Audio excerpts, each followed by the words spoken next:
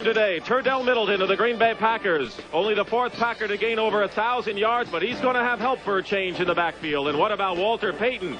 And Walter Payton is going to sorely miss Roland Harper as the Bears and Packers play. The NFL on CBS, sponsored by America's full-service bankers, ready to serve you where you see this symbol. Budweiser, for all you do, this Bud's for you. And by Kmart Automotive Service Centers, where quality car products are Kmart priced. The largest regular season crowd in Bears history are packing Soldier Field today as the Packers and the Bears both think they have a shot at the title because it is a wide open and perhaps weakened NFC Central Division. Good afternoon, everyone. I'm Dick Stockton with Johnny Morris. We saw the great backs, Middleton, and we also saw Walter Payton, but both coaches want to pass more this year. Yes, they do, and the Bears have decided to go with Mike Phipps. As you know, Dick, they didn't announce it until Friday. It's been musical quarterbacks. Phipps is going to get the start, but Coach Neil Armstrong says, look, if he gets in trouble, I'll bring in Vince Evans or I'll bring in Bob Avellini. For the Packers, it's a different situation. David Whitehurst is #1. He had a good exhibition season, 30 out of 66. So we're ready for Green Bay and Chicago in 85-degree weather. Can you believe that? We don't often have this kind of weather, Johnny, here in Chicago, as you know full well. And the Chicago Bears will be kicking off to the Packers. It'll be Steve Odom, number 84, deep as Bob Thomas kicks it high. And Odom will take it at the 5-yard line. Number 84, Odom, cuts into the 30-yard line, and he's finally tripped up at the 35-yard line by Robin Earl, number 39, a return of 30 yards, and we're underway. So the Green Bay Packers go on offense. And David Whitehurst, as Johnny mentioned, the quarterback, number 17. Middleton will have some help, not from Barty Smith so much, but from number 40, Eddie Lee Ivory, the rookie from Georgia Tech. James Lofton is supreme as a wide receiver. Paul Kaufman supplanted Rich McGeorge at tight end. He's number 82. First and 10 at the 36-yard line. In motion there was Kaufman, and the call up the middle is to Barty Smith, who gets about to the 41, 42-yard line, a gain of about 5-yard line.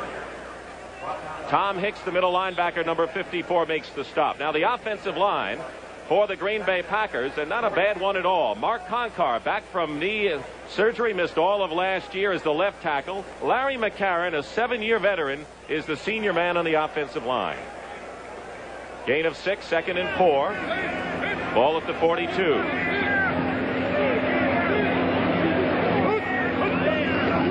And here is Turdell Middleton.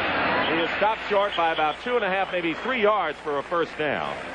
Johnny, last year, Middleton carried 284 times. He was a workhorse, and that's why Ivory's a man to watch. But let's take a look at the Chicago Bears defense.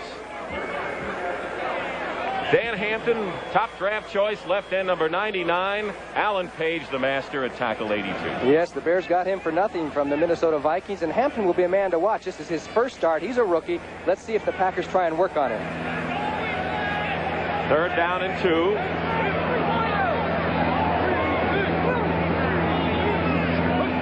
One setback. Whitehurst overthrows out of bounds. The intended receiver was James Lofton. So it'll be fourth down, and the Chicago Bears hold. And we will bring you up to date on the rest of that Bears defense the next time Green Bay has the ball. We have a situation where Bart Starr is now in his 5th year. He has never beaten the Chicago Bears on Chicago turf. I know that he'd like to do that, and the Packers would also like to have some sustained drives. They can strike quickly, but they have not had sustained drives over the years. David Beverly's kick. Lenny Waldersheide is the single safety back at the 10-yard line, and he runs into a stone and a rock at the 20-yard line. Tackle made by Jim Gano, backup linebacker. A 46-yard punt by Beverly and a 9-yard return. So the Chicago Bears go on offense. Mike Phipps, number 15. He is the experienced play caller. John Skibinski, number 30, whose dad played guard for the Packers in the 50s, is the other running back. Golden Richards has been hampered, but James Scott is their best wide receiver, number 89. Mike Cobb ends Greg Latta's 44 consecutive starting streak at tight end. Ball at the 20, first and 10. Scott wide left. They show a blitz. Second back in is Payton. And Payton gets just a couple, and that's all. And he's brought down by the middle of the line. The offensive line for the Chicago Bears Dennis Lick, number 70, may be the best of the group, although you like Ted Albrecht, number 68. He's a good ball player. Reevy, Story, and Noah Jackson are good pulling guards, and the Bears, traditionally the past few years, have depended on Walter Payton. They try and grind it out. The Packers have a little bit of a weakness in the middle. We'll see how much the Bears try and run Walter up the middle. Brian Bashnagel, number 84. They alternate the wide receivers. Is in the game. Golden Richards goes out. They split the backs at 2nd and 8 on the 22-yard line. Could be a passing down, but no, Payton will go wide. And Payton looks to be hemmed in, and he barrels his way close to a first down at about the 30-yard line. Mike Hunt, number 55, the middle linebacker, and that is the deceptive moves of Walter Payton shown there. Yes, he's good to the outside. He's good to the inside. When you lead the NFC in rushing for 3 straight years, you got to be doing something right. And of course, he's the key. And as you mentioned, John Skabinski's playing for Roland Harper, and that's going to be important, his blocking. Green Bay defensive unit. They're going to miss Mike Butler, who didn't dress today. Robert Barber at one end. Ezra Johnson is just a great pass rusher. They're weak in the middle of tackle. You can run on them. The middle linebacker is Mike Hunt. Weaver is good against the run. They miss John Anderson, who is out with a broken arm. 2 tight ends in there now for the Bears. 3rd and 1 at the 29. A tight formation on both sides, and a first down. John Skabinski moves forward to the 33-yard line, and the Chicago Bears have the first down of the year. And if you don't think this is an exciting time for John Skabinski out of Purdue, this is his first start as fullback. He also led the entire NFL in rushing during the exhibition season. But he's got some big shoes to fill, as we mentioned, with Roland Harper being out, who was such a great blocker for Payton. Defensive secondary for the Green Bay Packers. Estes Hood replaces Willie Buchanan, who was dealt to San Diego. Buchanan had 9 interceptions last year. Steve Luke and Johnny Gray are good hitters on safety. So it's 1st and 10 at the 33 for Chicago.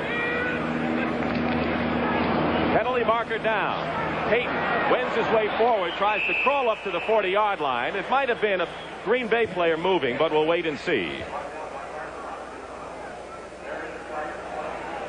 There you see the great attributes of Walter Payton. He was hit and got an extra few yards. There's the offsides against the Chicago Bears.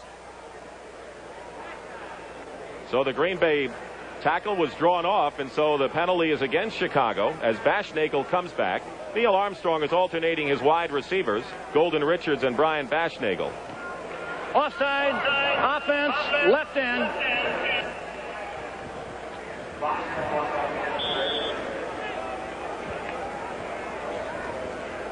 So Tom Myers, the umpire, Jerry Bergman, the head linesman, the referee, of course, is Gene Barth, working this NFL opener, the 120th meeting between these teams. 1st and 15 at the 28 puts Mike Phipps in a hole.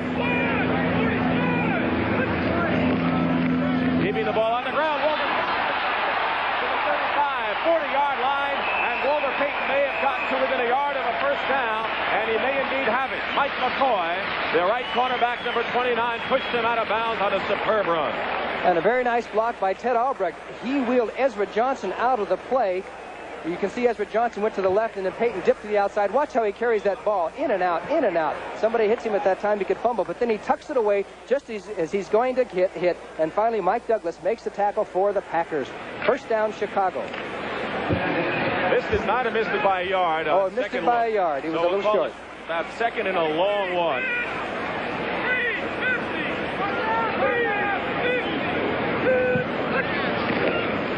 And they go again out to Robin Earl, number 39, who has the first down for Chicago. Now the Bears decided to start Skabinski in this game because he's quicker, but Robin Earl is a power back.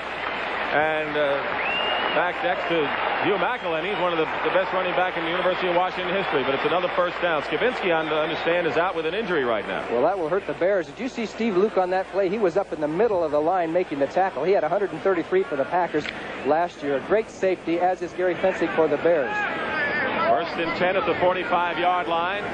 First quarter. 11 minutes and 5 seconds to go in the first period. So Skabinski apparently hurt his arm. We'll check on it. Right shoulder now. Phipps with the first pass. Dumps it out to Robin Earl, who falls down. And that'll result in a loss of 3 yards on the play. Steve Luke makes the play. And Robin Earl just slipped right down, and that's the defense loves that kind of thing. Well, he actually did a good job of hanging on to the ball because he tangled his feet before the ball got there and still managed to make the catch. So the Bears will be in a passing situation. And with John Skabinski out, they don't have that much depth. Harper's already out, so they've got Robin Earl. And that's going to hurt the Bears. Want to remind you, this telecast is presented by authority of the National Football League, intended for the private use of our audience. Any rebroadcast or other use of the telecast without the express written consent of the Chicago Bears and the National Football League is prohibited. 2nd and 14 now, and Phipps will give it to Walter Payton. Tries to find daylight and does. Went right through the middle. Don't know how he did it. And Gary Weaver makes the stop. Let's see Payton now as he found a hole. And you see they're running from the I formation. He starts from the deep depth, cuts back, and this gives him a chance to survey the field. Then he just turns it on. Look at those dipsy-do steps. He gets away from Steve Luke.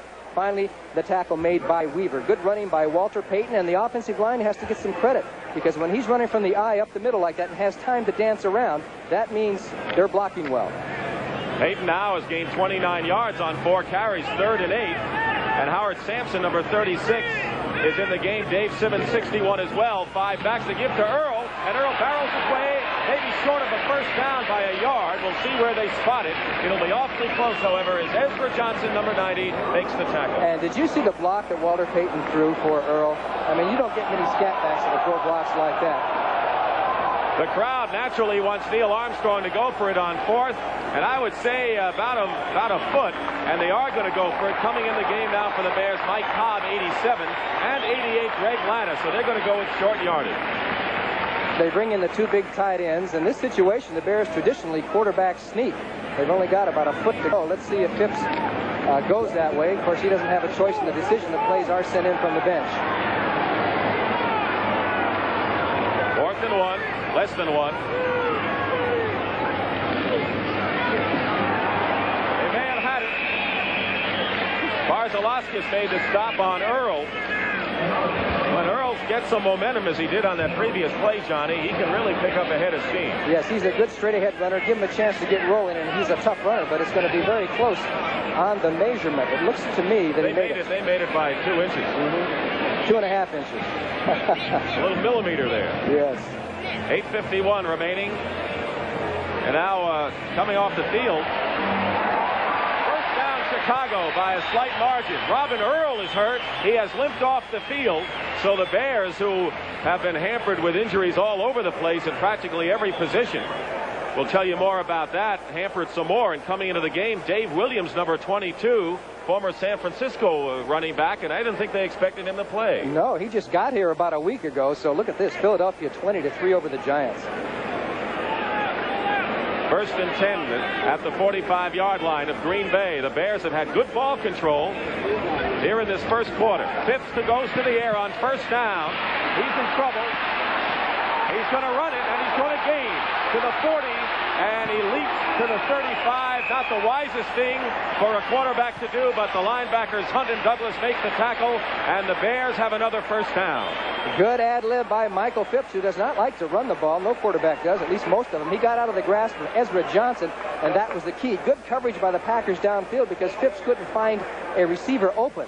You see good blocking Dan Neal, Dennis Slick both. Now here's where he eludes Johnson, takes the dive, number 90, stumbles, and then that was the key for Phipps to get away and get downfield, and then look at that power. You know, Johnny, that offensive line has opened up some good holes for the back so far. They certainly have.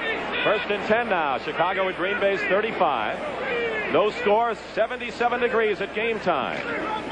Here's Payton looking for a hole, and Fowler has it. Inside the 30-yard line to the 29. It's a good 5-yard gain. And once again, those linebackers are having to make the tackles. Gary Weaver there. Did you notice how quickly Payton cut up the field? He made that dart off of his guard. Reeve Sorey, who was pulling. He's a great ball player. He's only 342 yards away from the Bears' all-time career rushing record of Rick Caceres, and he's only in his 5th year. Robin Earl has a twisted ankle, but they expect that he'll be back, and they'll need him because with Harper out and Skavinsky hurt and Earl, I want to see that score again. 2nd and 4 at the 29-yard line. James Scott wide to the left. Golden Richards, 83, split to the right. Up the middle goes Payton, and he vaults a couple, maybe a yard or two, and that's all. Well, you pointed it out, Johnny. The strategy against Green Bay is to run against their tackles because they have not been strong there, and I think with Butler out of action, they don't have the pass rush either. That's true, and of course there's that score. You wanted to see it again. Jack Pardee's Washington team leading Houston 17-6 in the 2nd period. That game's being played in Washington. The Bears are switching players right and left. Greg Latta comes into the game, replacing Young Thompson. James Scott goes out of the game, we should say. So now they have 2 tight ends in their 3rd and 1. 26-yard line. Payton. Not this time, Walter. He is stopped by Barzalaskis, who made the big play there. Barzalaskis has been out of shape. He's had some personal problems, in all due respect to him, but he was always solid against the run. And they might have gone to the well once too often on that play. So the Bears will have to go for the field goal, but they did eat up 8 or 9 minutes on the clock. Green Bay's only had 3 plays in this first quarter. Bob Thomas will come in to kick the field goal. He had a good year last year. Let's see what kind of rush the Packers have. They have good special teams, the Green Bay team. Thomas 17 for 22 in the field goal department. They don't complain about him anymore. It is a 44-yard kick. And it's blocked. It's blocked at the line. It was a low kick. And so the Packers blocked the kick. We'll try to see who got the hand on it. Might have been Simmons, but we'll see. So the Chicago Bears dominated the action, but they couldn't get on the board. And with 5:26 to go in the first quarter, still no score. Dick Stockton and Johnny Morris back at Soldier Field in Chicago. A block kick, which you'll get to see in a second, and the Packers have the ball 1st and 10. It was Michael Hunt who blocked it, and we'll see it just after this play. Barty Smith 33, Turdell Middleton 34. The setbacks for David Whitehurst. Here's Middleton. Middleton going outside, and a good play from the safety position by number 45, Gary Fensick, who handled that play well. Let's see the block of the kick on Thomas's field goal attempt. Watch Hunt at the middle of the screen. He comes right over Dan Neal, the center. He moves everybody back. Watch the power as he comes through, and Dan Neal goes back on his rump, gets one hand on, and blocks the field goal try. And that's important because Chicago had set the tone. They had a great drive, and Green Bay stopped them. Let's see what kind of psychological effect that has. So important to come away with something when you have the ball that long, and the Bears could not. 2nd down and 11, loss of a yard at the 26-yard line.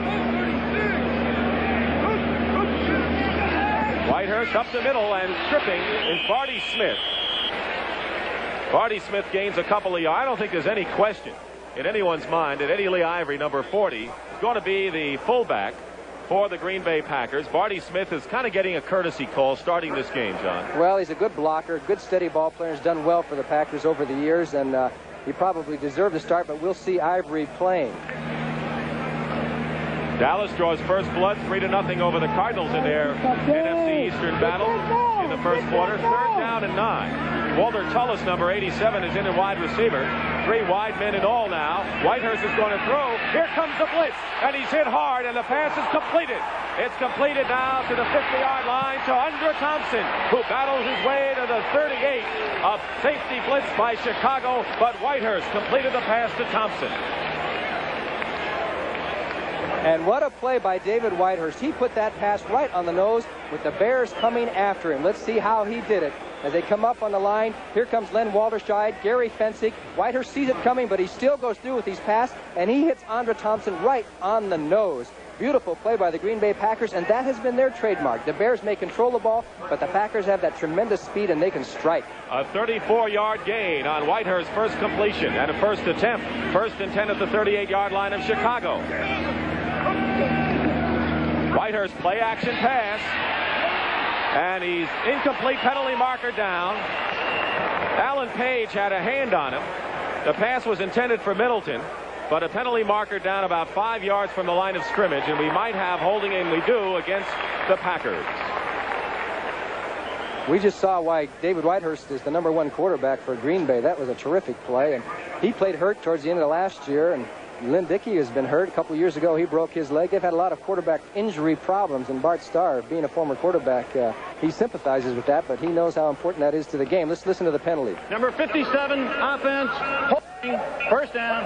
Darrell Goforth, the left guard, was holding on the play. You talk about Whitehurst, who had his best game of the preseason against Atlanta with 14 completions and 2 touchdowns and 233 yards. He's got poise. They wonder about the strength of his arm, but Bart Starr should know about quarterbacks who may not be the strongest passers developing. 1st and 20 now at the 49-yard line. Packers back in their own territory. Whitehurst has time, and he hits, Andra Thompson was the intended receiver, and it was broken up nicely by Virgil Livers. You wonder, of course, you thought that Schmidt would be the man they'd be working on today, but I thought Thompson should have had it.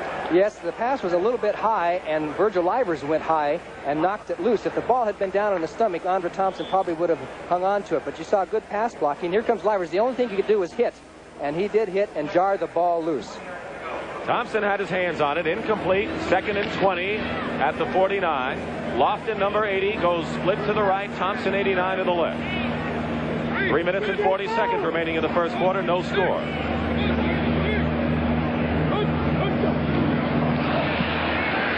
Penalty marker down. Whitehurst loops one out, and it's intercepted. The Bears have intercepted.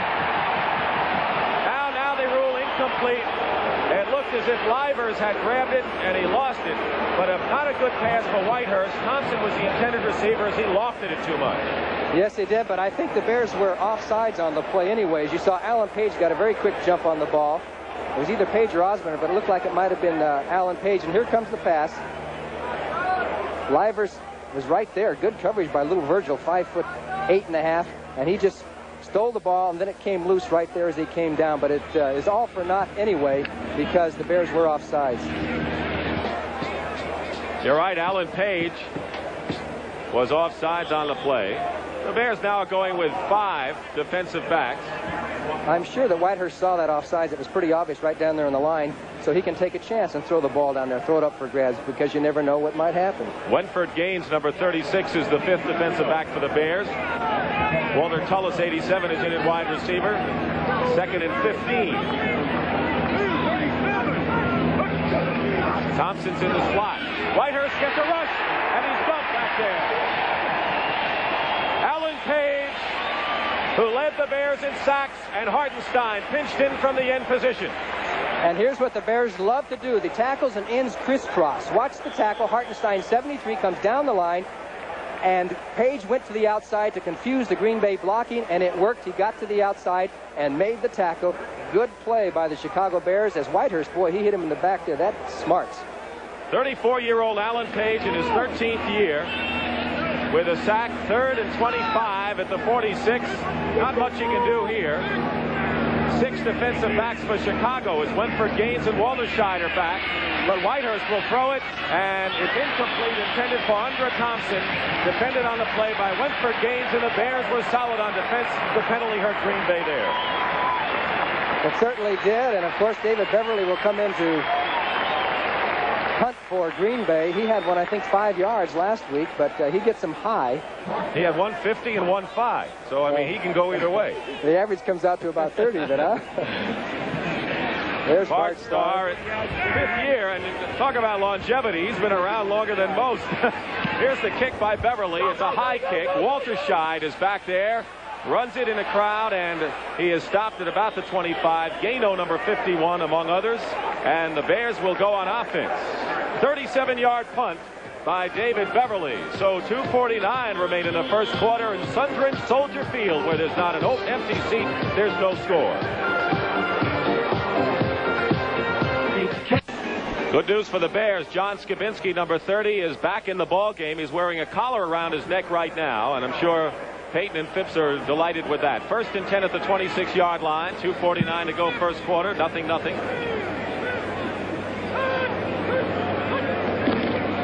Phipps goes to Skibinski.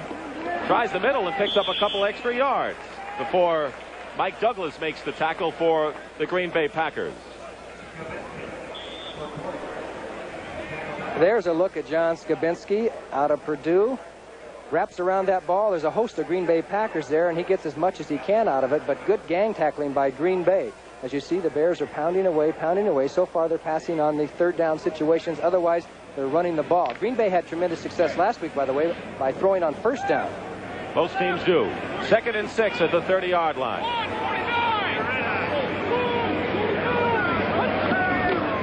Pitch out to Walter Payton.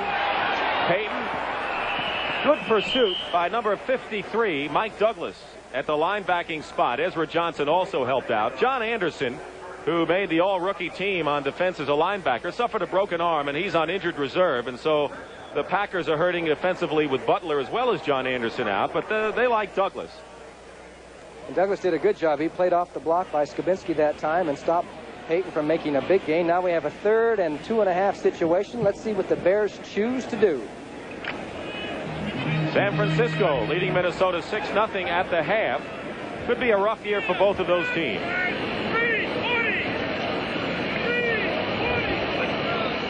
Phipps will throw and complete it for a first down to Walter Payton out of bounds at the 41-yard line. Douglas knocked him out of bounds.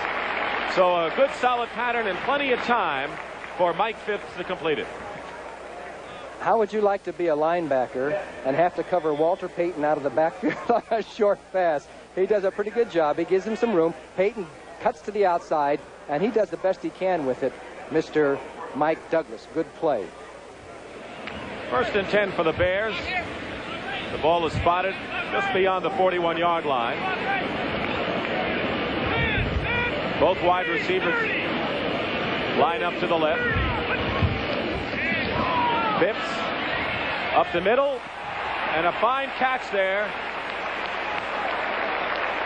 by Mike Cobb, the tight end, number 87. Cobb was a number 1 draft choice by the Cincinnati Bengals. He had a shoulder injury last year, but he won the job and one of the new starters for the Bears on offense this year. He won it mostly on his excellent blocking. We have to say there that Johnny Gray did a good job. That play has worked for the Bears all the exhibition season. The tight end has been wide open. I'm sure Green Bay looked at the films, and they didn't get a lot out of it, Chicago didn't, because Johnny Gray was up there on his coverage. 5-yard gain, 2nd and 5 at the 47. Golden Richards to the top of his screen, 83. James Scott, 89. The other wide receiver. Handoff. Short of midfield. And Payton, who's been carrying it most of the time here, short of a first down by about 2.5 yards. Michael Hunt makes the tackle. I think he was rested. Last week, Payton only carried 4 times. He's played very little during the exhibition season. I guess they wanted to save him for game number 1. And you talk about yardage. In 8 games against Green Bay, Payton has 855 yards, and one time he gained 205. Yeah, he's had some of his better days against the Packers. There's Neil Armstrong on the sidelines. Payton, by the way, has 43 yards and 9 carries. We have a timeout called by the Bears here. Still no score.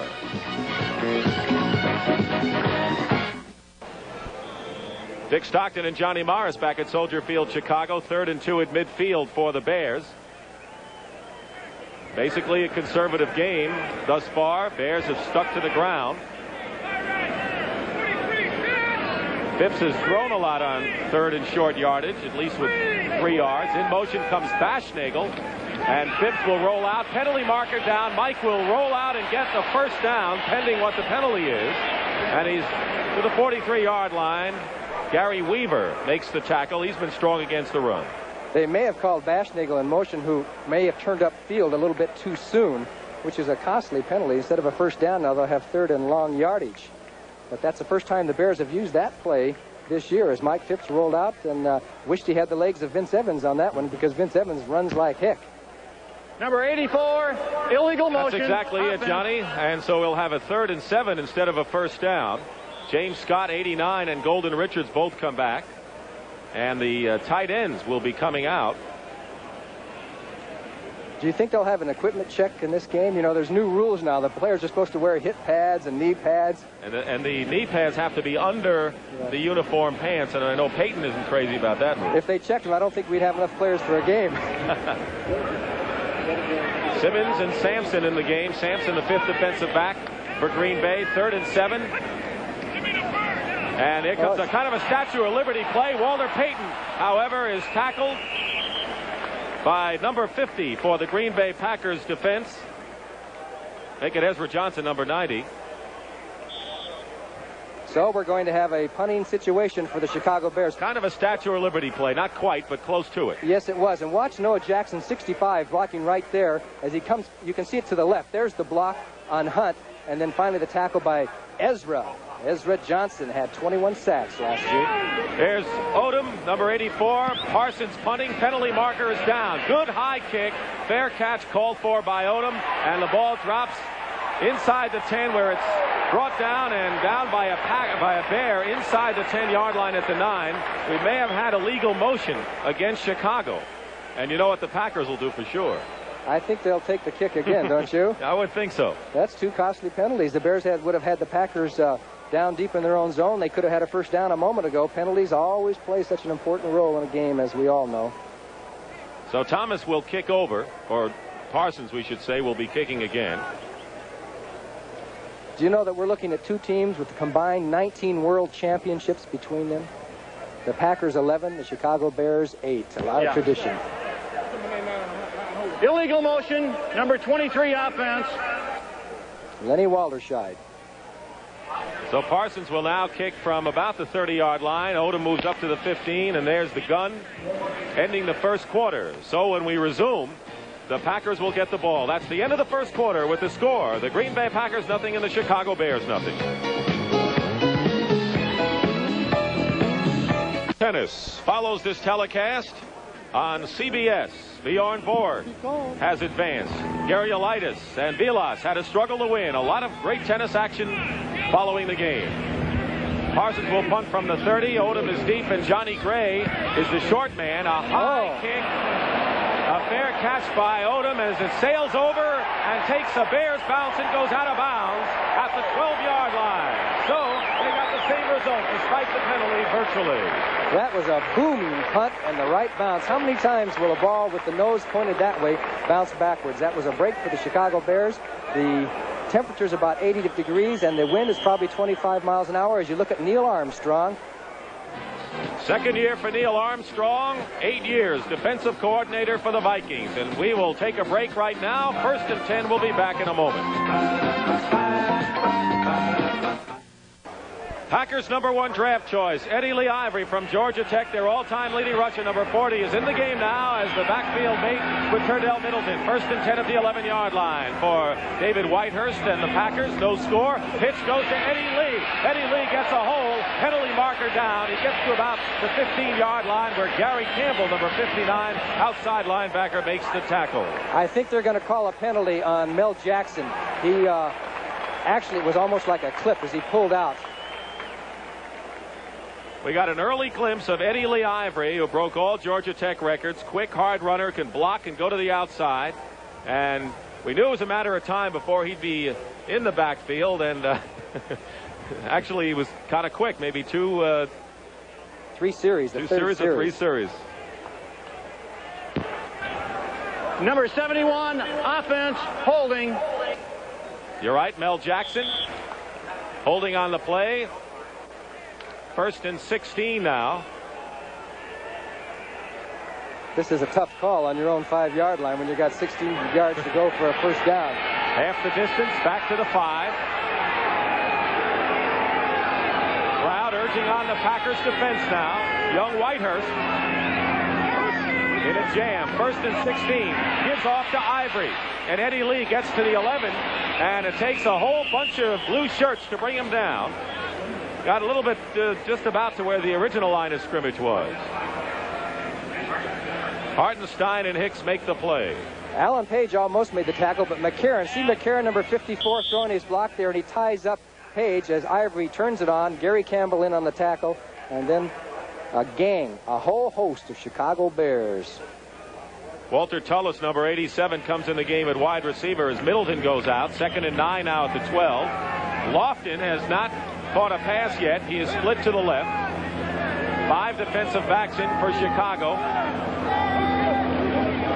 Whitehurst has time up the middle, and Lofton was there, and it's batted down by Virgil Livers. A superb play, and Lofton was in good position on a bullet pass by Whitehurst. But the Bears are playing tight in that defensive secondary, John. Yes, Virgil Livers, that takes a lot of cool air to stay, because Lofton can run about a 9.400 as he comes down. The timing was pretty good, too. Livers just made a good job coming in, reached in with one hand right there and knocked the ball loose, and he hit just as the ball hit, so it's a legal play. And very good pass protection here, as you see Alan Page on his rush as they tried another little crisscross. McCarron, number 54, just pushes Page out of the way. Hartenstein gets blocked out, and the Packers had execution, except they didn't complete it. Undra Thompson, 89, moves into the slot. 3rd and 9 at the 12-yard line. The Bears show a blitz. Whitehurst passes incomplete. It was intended for Undra Thompson, and the pass was too far wide, so it'll be 4th down, and the Bears should have some excellent field position following this apparent Green Bay punt. Okay, let's watch Jim Osborne hit Whitehurst after he throws the ball. And Gary Campbell was in the way downfield. That's why he had to lead him so much. But Jim Osborne put a shot on Whitehurst there that he may be still feeling on the sidelines. Whitehurst 1 for 6 for 36 yards. Walterscheid, number 23, is in midfield. David Beverly with a tough rush. Short punt. And the Bears will have good field position at the 43 or 44-yard line of Green Bay. So no score, and the teams are parrying back and forth like a couple of fencers would. 0-0 here at Soldier Field.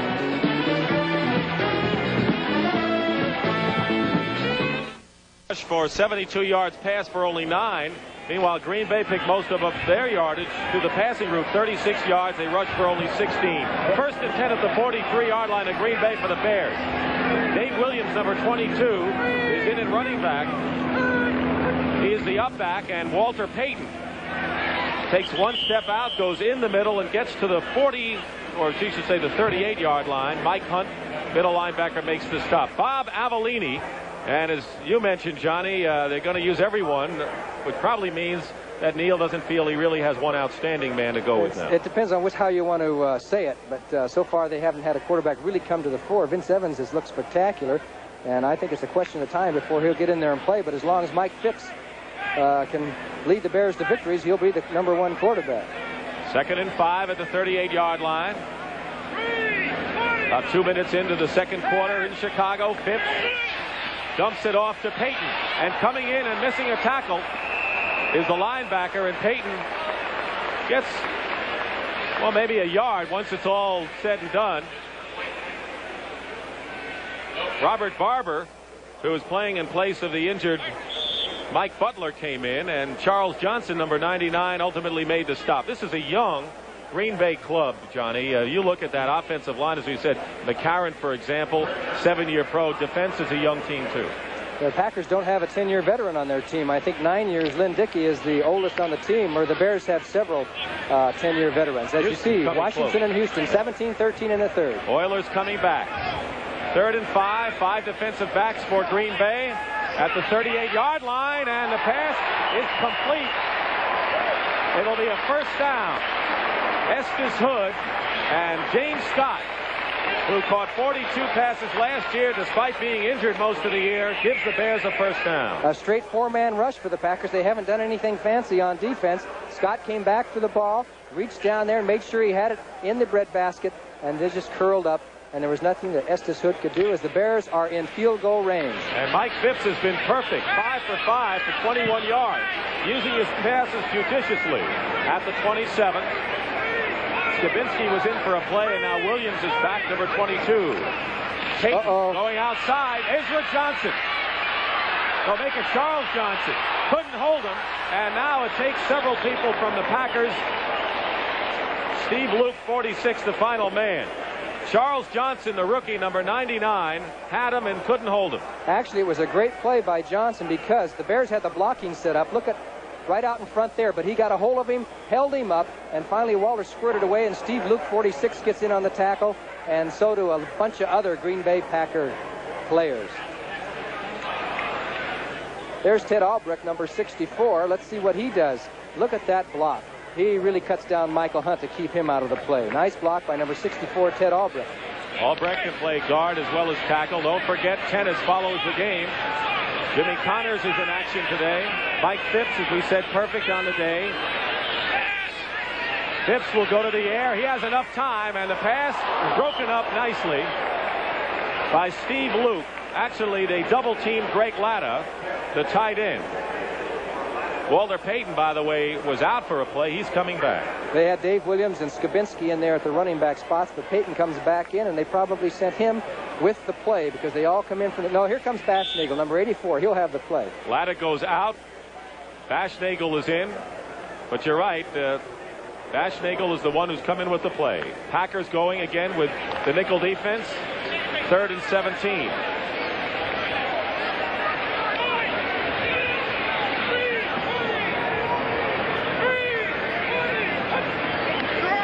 No blitz. Here comes the rush. He's hit from behind, and it is an incompleted pass The referee ruled that he was in the act of passing. Ezra Johnson stormed in from the end position, and Phipps, they rule, was trying to pass. It'll be 4th down. Okay, it's Ted Albrecht, 64, and Ezra Johnson. Albrecht tries to wheel him to the outside, but Johnson's so fast, and it was a deep drop by the quarterback. He's got a little hold of the jersey, but it didn't help out, and boom, they ruled that as a forward pass, and I think it was a pretty good call. Fine It looked call. like his arm was going forward. You know, we're going to watch one of those new rules, and that is like trapping the quarterback without having to throw him down. We haven't had that situation yet. Parsons will punt. Steve Odom and Johnny Gray are both back. You saw Odom there. Going for the corner is Parsons. Oh. A good high kick, and it drops at the 1-yard line, and it's dropped inside the 5. And the Bears have had great success in keeping those kicks inside. Bashnagel downed it at the 4-yard line. We'll have to start calling Bob Parsons a knuckleballer because that was amazing. The spin and the reaction, the French. It's still a scoreless game.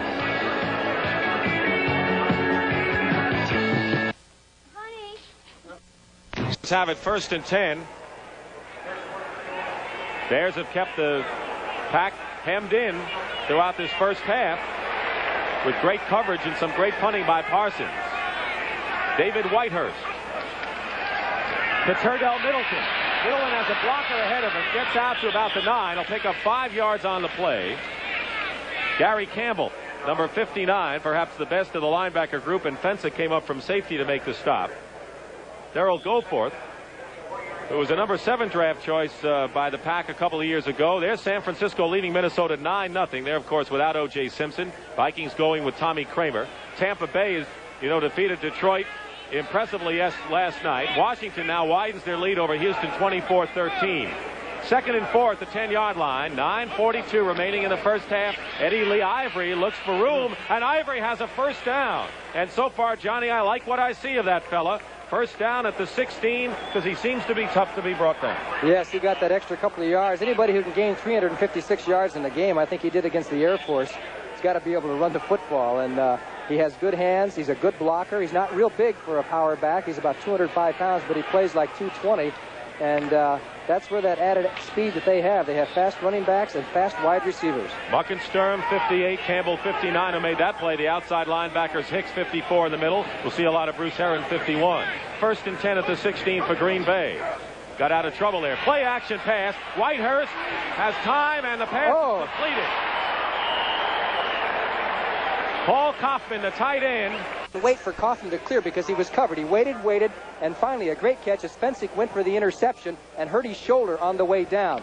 Good play by Paul Kaufman, who was, of course, playing for Rich McGeorge, who the Packers let go earlier in the training season. Lenny Walderscheid, 23, comes into the game at the safety position with Fensick out of there. 1st and 10 at the 32. Here comes a blitz, a little play action, and a long pass, and Lofton was down there and covered by Terry Schmidt, who is playing in place of the injured Allen Ellis, and there is Bill Curry, who is claiming that there was interference on the play, and Lofton had his man beat, apparently. He's claiming that Terry Schmidt grabbed him. Let's take a look at the pass here as the Bears brought everybody but the kitchen sink. Let's take a look at Terry Schmidt and James Lofton downfield. There they are. The possible infraction happened before we got a look at it there, but it was an incomplete pass. That's the way it's ruled. That's the way it'll stand. You know, Johnny, they hadn't worked on Schmidt, number 44, at all until that play, and they were going for a broke on that one pass to their ace Lofton. 2nd and 10 at the 32. Tullis in the game. Penalty marker down. Almost an interception by Terry Schmidt, and if he had picked it off, he would have been long gone. But there's a penalty marker down in the Green Bay backfield. On the coverage. Looks like it's going to be against Green Bay from where the flag went down. That's a dangerous pass to throw in a circumstance like that. Terry Schmidt usually plays off fairly deep. That time he smelled something coming and went for the interception. That was last year in the opener against St. Louis where he picked up an interception. It's like deja vu playing in place of the injured Allen Ellis, whose knee is slow to respond. 57, offense. Darrell Goforth called for holding for the 2nd time in this game. So it is 2nd and 20 now for Green Bay at the 22-yard line. Gary Fensick is back in the game for Chicago. 6 defensive backs used by the Bears. Went for gains in there. Dallas leading 10-0 in the second quarter.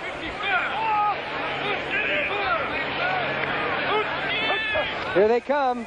Here's the blitz. They missed him once, but they don't miss him again. And Campbell, the linebacker, comes in. Walderscheid went right by him, but Campbell backed him up, and they blitzed everyone on the play. The key was Walderscheid because he got in there in a hurry and busted the blocking patterns, and Campbell followed through. There's Walderscheid, and then that left the hole there for Campbell to make the tackle, and Whitehurst did all he could do, cover up, keep that ball. And if you looked at that formation on offense, they really didn't have enough people to stop the blitz. Well, that's the reason for the blitz, and I'll tell you, the Bears use it a lot. The Packers have used it, but not today. Well, Whitehurst has been in third and long all day today, and it's third and 27 right now at the 15. Oh. And here's getting loose is Eddie Lee Ivory on a handoff to the fullback. Fumble. Chicago apparently has recovered. The Bears recovered at the 29-yard line, and Eddie Lee Ivory is taken up. The Bears have recovered. Ivory got open, and let's see who picked it up for Chicago. I think he may have pulled a hamstring or possibly a muscle cramp, but he went down like a ton of bricks. It just really hit him. And if it's a pulled hamstring, he's going to be out for a long time. Might have been Alan Page. Might have been number 82, Alan Page, the old man who picked up the loose ball. Well, let's take a look at the good play by Ivory here as he spun out of Mike Hartenstein and then turns it on right here, and about on his left foot goes forward. It just gives out on him, and down he goes. And that was it. The ball just came up, and the Bears recovered. Looks like Alan Page, Chicago has the ball. Injured it on the field. It looks like his knees gained 24 yards and 3 carries. We're going to see the moves before that hit and fumble. As we see him fall down, I think it looks more like the knee because he will grab his knee as Virgil Livers comes up for the tackle, and on his way down, as he hits the turf, you'll see him grab for his knee, so that could be even worse than the hamstring, or just as bad, as he fumbled the ball and he grabbed there. It's unfortunate. Now they're taking him off the field, and let's hope it's not serious because the Packers have a good young ball player there. It's going to help him this year. They were counting on Eddie Lee Ivory, without question, to take some of the heat off of Turdell Middleton, who had 284 times. Middleton gained over 1,000 yards. Most of those yards were in the first 8 games of the season. He didn't do much of the rest of the year because he was hurt, and he needed the help, and this is a tough break for Green Bay. We want to remind you of a special event coming up on CBS Sports on Saturday, September 15th, Project SOS. As Stan Barrett, a stuntman, will try to break the sound barrier in his rocket-powered land vehicle. It'll travel approximately 740 miles an hour, and you can see it on CBS Saturday, September 15th, right before the CBS Sports Spectacular. 1st and 10 for the Bears at the 29, 7:33 to go in the first half. Mike Phipps quarterbacking all the way, Peyton 34, and Dave Williams 22. Williams is the up back. Williams, formerly with the 49ers, picked up this week. It's Peyton reversing direction and going nowhere on a fine play by number 70, Robert Barber. Barber originally was drafted by the Pittsburgh Steelers. He's seen a lot of action starting for Green Bay, but it was going to be Butler and Ezra Johnson at the ends this year, and Butler not dressing today. It's amazing the way the Bears have controlled this game that the score is still scoreless, so it's anybody's ball game. As Bart Starr's got to be wondering, what do we got to do to get some field position so that we can run our normal offense? Chicago has had good field position. There's Bart. It's Zeke Bratkowski who sends in the plays, but now it's Chicago's ball. Phipps is 5 for 7 now for 21 yards. Going to attempt his 8th pass, and it's completed to young Williams. And Williams is out of bounds. Picks up perhaps 5 or 6 yards on the play. Gary Weaver makes the stop on number 22, Williams. The Packers really aren't getting too much in the way of the pass rush. So they had that one sack by Ezra Johnson, but you see it's plenty of time. It's just a 4-man rush out to Williams, who just reported to the Bears this last week. Gary Weaver makes the tackle, and he's played very well for the Packers over the years, especially good against the run. Golden Richards, 83, lines up to the bottom of your picture at 3rd and 6. Scott, 89 at the top, 3rd and 5 at the 23. No score, 6:45 to go. And here is Walter Payton. Payton has a first down. To the 17-yard line, Steve Luke coming up from safety to make the tackle. He led the NFL in tackles by safeties. And Walter Payton, who now has gained about 50 yards, has a first down for Chicago. Did you notice the time that he has to make a decision? There's not that much penetration by the Packers. He dips out. Here he wants to get the first down, so he just puts his head down and says, I better get it, not too much fancy. And that's what he does right there before Steve Luke is in on the tackle. And not in time, though, to prevent the first down. Payton, 48 yards now. Eddie Lee Ivory has a twisted left knee. They put it nice. They don't think he'll be back in this game. Here's Walter Payton. High steps his way inside the 15-yard line.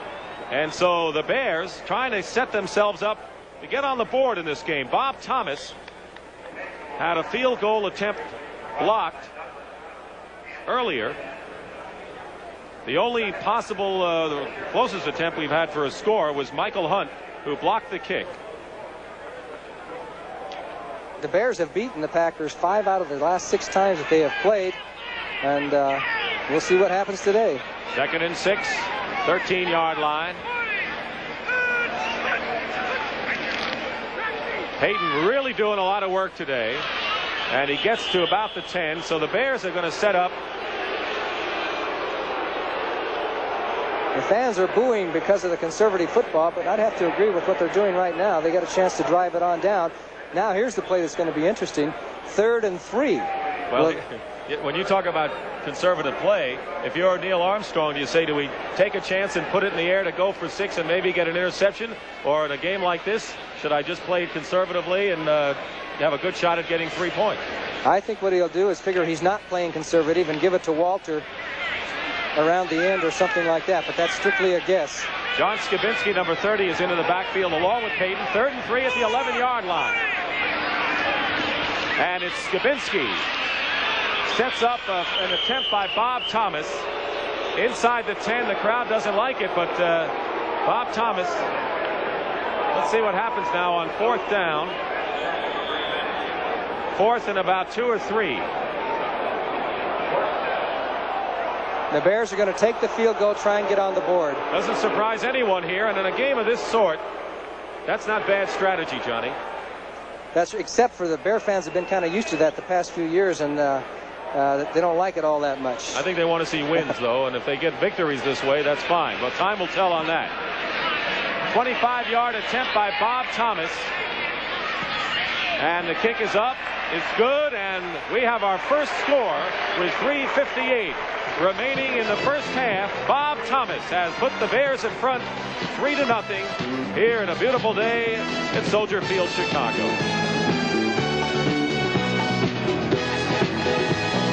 I was thinking about buying one of those new compacts. $4,700. Or maybe a little import. Over $5,700. But then I had a better idea. Ford Fairmont. As much as $1,300 left. Higher for others to go further for this vehicle to break the sound barrier. Ken Squire inviting you to join us for Project SOS, Speed of Sound, coming September 15th, Saturday on CBS. Bob Thomas kicking off. Odom single safety deep now. And Odom fields it 3 yards and will down it in the end zone. Odom came out of retirement. He's trying to get his doctorate in clinical psychology. And his 11th hour move, he decided to come back to the Packers after retiring, and Green Bay is happy that he did. So it'll be 1st and 10 at the 20-yard line as you look at the scoring drive by Chicago that took 3.5 minutes. Do you think the Packers are happy to be starting from the 20 instead of the 5 or the 7 or the 10? For them, this is an outstanding field position. Yes, today anyway. Barty Smith, number 33, who started the game, is back in there with Ivory out of there. 1st and 10 at the 20. Packers, of course, going to the air a lot more than Chicago. Here's Barty Smith. Fights his way for maybe a yard, that's all. Good pursuit by the linebackers for the Bears. Doug Plank came in from safety, and Gary Campbell there as well. And the first hit was by their #1 draft choice. Dan Hampton made the play. It appears that the Packers, if they're going to strike, are going to have to throw the ball. I don't think they're going to be able to get a sustained running game against Chicago this afternoon. At least that's the way it appears at this point. So they're going to have to go to Lofton and hit some of their strikers at the attack positions. Well, maybe we'll see Lofton working with Schmidt a little more than we did. Tested him once. 2nd and 9 at the 21.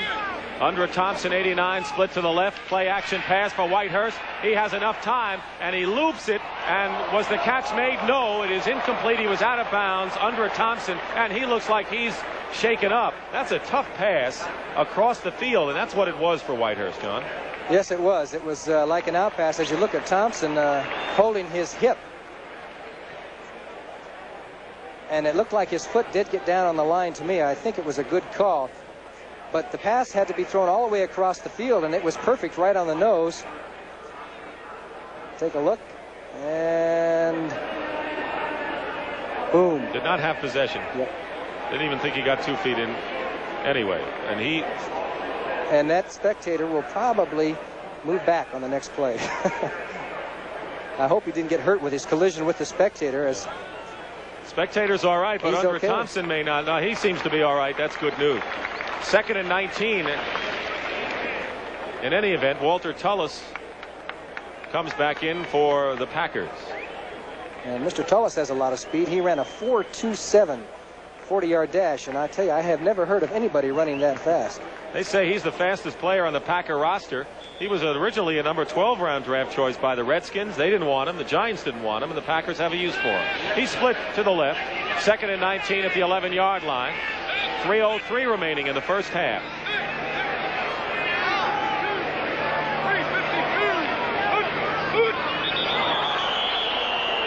You knew that the Bears wanted to come in there. The question is, were they drawn off by Greg Cook?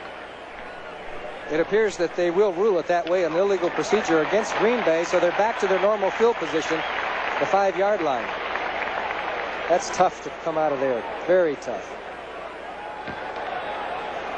Number 68, offense, false start. Greg Cook, the right tackle, on a false start, so 2nd and 24. I just think, Johnny, it's impossible to win when you have 2nd and long yardage, 3rd and long yardage in this league. Well, that means you have to stretch it. The defense plays it a lot differently. They have more men back if you try and pass the ball. And with Ivory out, they haven't got a real deep threat in the running game. Turdell Middleton could maybe break a draw or something. 6 defensive backs, Wentford Gaines and Walter Scheid are in there. And they show a blitz. Turdell Middleton trying to go outside. He has some room, and he's out of bounds. Short of the 15-yard line. Doug Plank drove him out there. So it's now 3rd and long. Let's watch Zeke Bratkowski on the sideline. Now they're actually giving the play to Tullis, aren't they? It looks like it. He is. Zeke is sending it in with. A lot of times Zeke will signal in the plays to Whitehurst, or at least the play, and Whitehurst calls the formation. This time, since they had a direct messenger, they brought him in, and I'm sure he's telling them what to call. Sometimes he looks like a third base coach. Yes. Well, we'll keep an eye on. Let's see what he does. Looks like he's trying to shield us out from the sun. That couldn't have been a signal. No. 3rd and 17. Middleton is out. Tullis is in. They got him in a hurry. That didn't take long. Lenny Jim Walderscheid. Osborne and Lenny Walderscheid, both there. They didn't give much time, did he? No, you can see it coming. Walderscheid, number 23, gets in there. Here he comes from the right of your screen. Whitehurst had no chance. And McCarron tried to come out, throw the block. He couldn't get out there in time. You just can't throw a normal drop-back pass when you get that kind of a rush. Well, now Beverly's got a kick from halfway in his end zone. Walderscheid picks it up on the run. Lenny Walderscheid on the run is out of bounds. At the 34-yard line, Davis Simmons, the rookie from Carolina, pushed him out of bounds. And once again, it's like a broken record, Johnny Morris. Chicago Bears will have good field position. They've managed just 1 field goal in the game, and 1 was blocked, but it's enough for the lead. CBS Sports Spectacular resumes Saturday, September 15th, as Howard Davis, who started the same plane as Sugar Ray Leonard, hasn't progressed, but maybe 1 fight away from a title shot, goes against Termite Watkins. 10-round lightweight bout. We'll have the Italian Grand Prix and the preview of the U.S. Roller Skating Championships. And, of course, later on, we'll also have the World Roller Skating Championships on the CBS Sports Spectacular, Saturday, September 15th. 1st and 10 at the 33-yard line. Dave Williams, 22. The up back. Peyton, 34 behind him. Mike Phipps quarterbacking this game. Play action pass. Phipps is going for the money to Scott. And it's knocked down by number 29, Mike McCoy. They were going for 6 points to James Scott. McCoy was there. The ball went right through his hands and into the hands of Scott. But when the ball is deflected like that, good pass blocking. And here it is. McCoy thought he had an interception. It gets through him and go right through James Scott. Watch this. Boom. But, you know, when you get a deflection like that, that's like a cue ball. And in pool, boy, it's tough to gauge that. So a good play by Mike McCoy. Mike Phipps was traded, or actually started out with the Browns on a deal that sent Paul Warfield to Miami. That's how much the Browns wanted him as the third player picked back in 1970. Gives it off to Walter Payton. Payton inside the 30 to the 27-yard line. Good acceleration there. And he'll be short of about 3 yards for a first down. Charles Johnson, 99 to stop. I'm sure that was an audible. Mike Phipps checked off at the line of scrimmage, that quick track up the middle, and it worked for a few yards. They have a 3rd down 4 situation. We're going to have the 2-minute warning coming up before the Bears run off another play as Golden Richards replaces Bashnagel. And there it is, the 2-minute warning.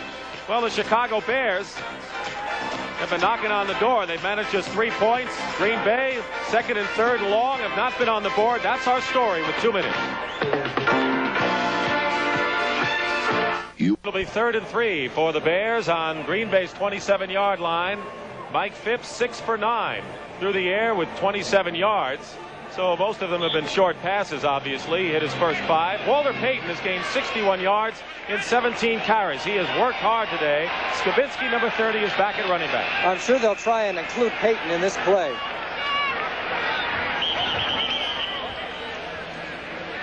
As we mentioned, they had been pretty conservative down there on the series before, but with 3 yards to go, they may have to throw the ball with an option maybe to throw downfield to the wide receiver and Payton out of the backfield for a pass, but I think they'll include Payton in there.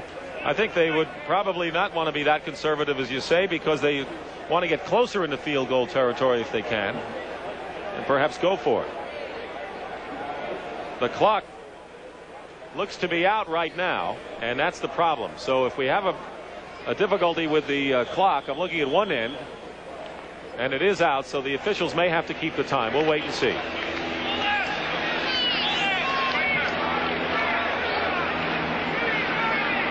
Third and 3.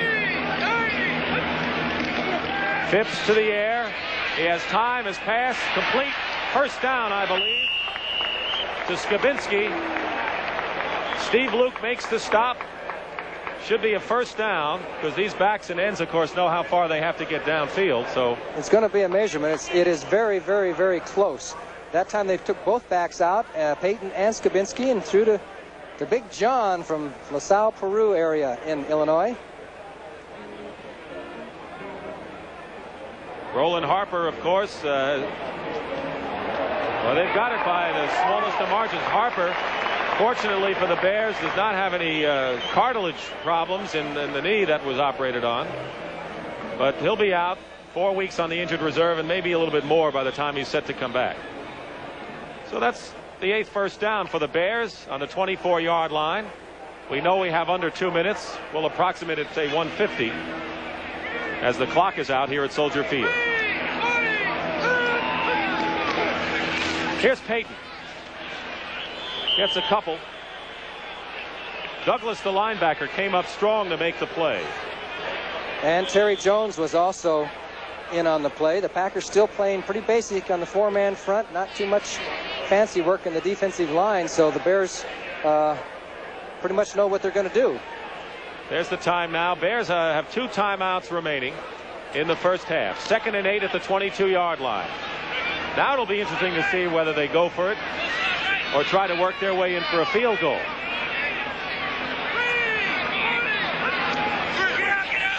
Phipps going out. They sent everyone out on this pass pattern up the middle, batted away. It was intended for James Scott, and Mike McCoy had some help there, and he knocked it down. So they were going for the money on that pass. It'll be 3rd and 8.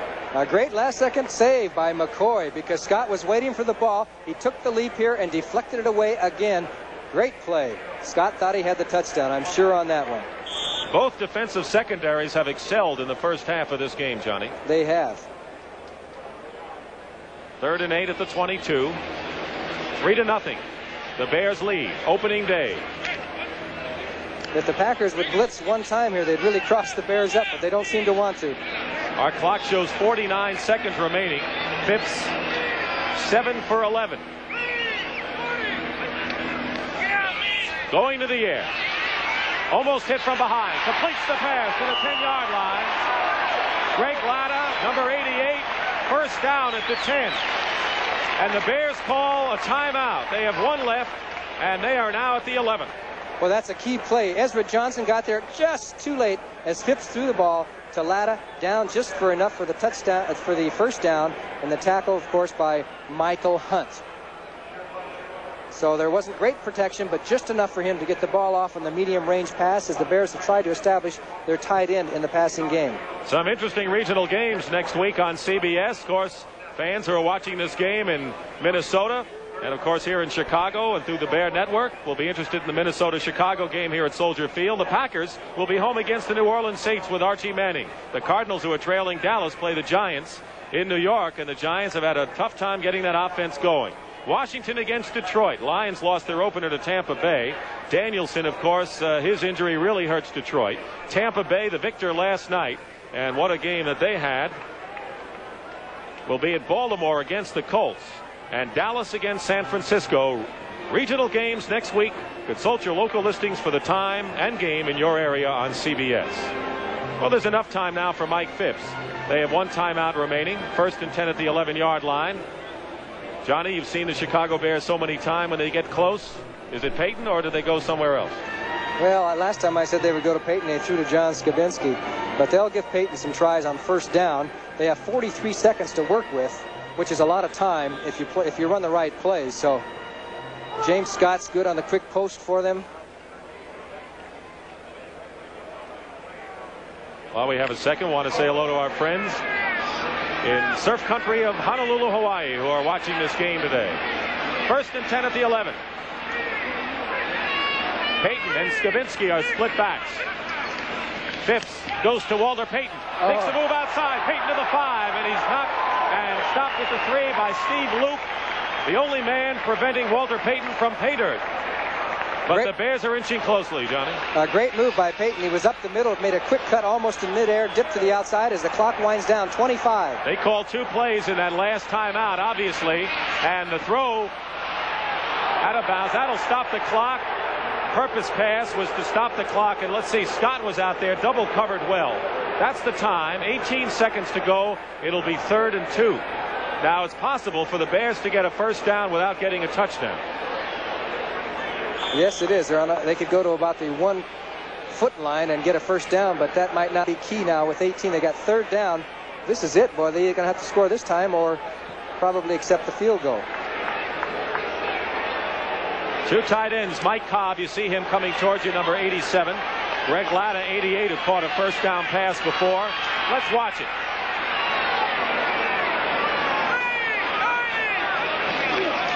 Payton up the middle. Nothing. Maybe a yard, but it won't do the job. Robert Barber makes the tackle. 11 seconds now, 10 seconds to go. And the Bears call their last timeout with 8 seconds remaining. 4th and 2. Neil Armstrong has a decision to make. Well, you can take the sure 3 points and go into the locker room with a 6-0 lead, or you can take the chance, try and go for the touchdown and settle for the 3 points. However, 8 seconds, did we say? 8 seconds. They could throw one quick pass and still get a chance for the field goal. Don't forget the U.S. Open tennis following the game. John McEnroe will go against John Lloyd, Chris Everett's husband. Bob Thomas is going to come on, and so Neil Armstrong. Oh, that's right. They couldn't go for the quick pass because it was 4th down, so they're going to have to take the field goal. So Thomas will try a short one here. He has clicked on a 25-yard field goal here in the 2nd quarter. Had a 44-yard attempt blocked by Michael Hunt in the 1st quarter. So this is tantamount to a point after touchdown right now.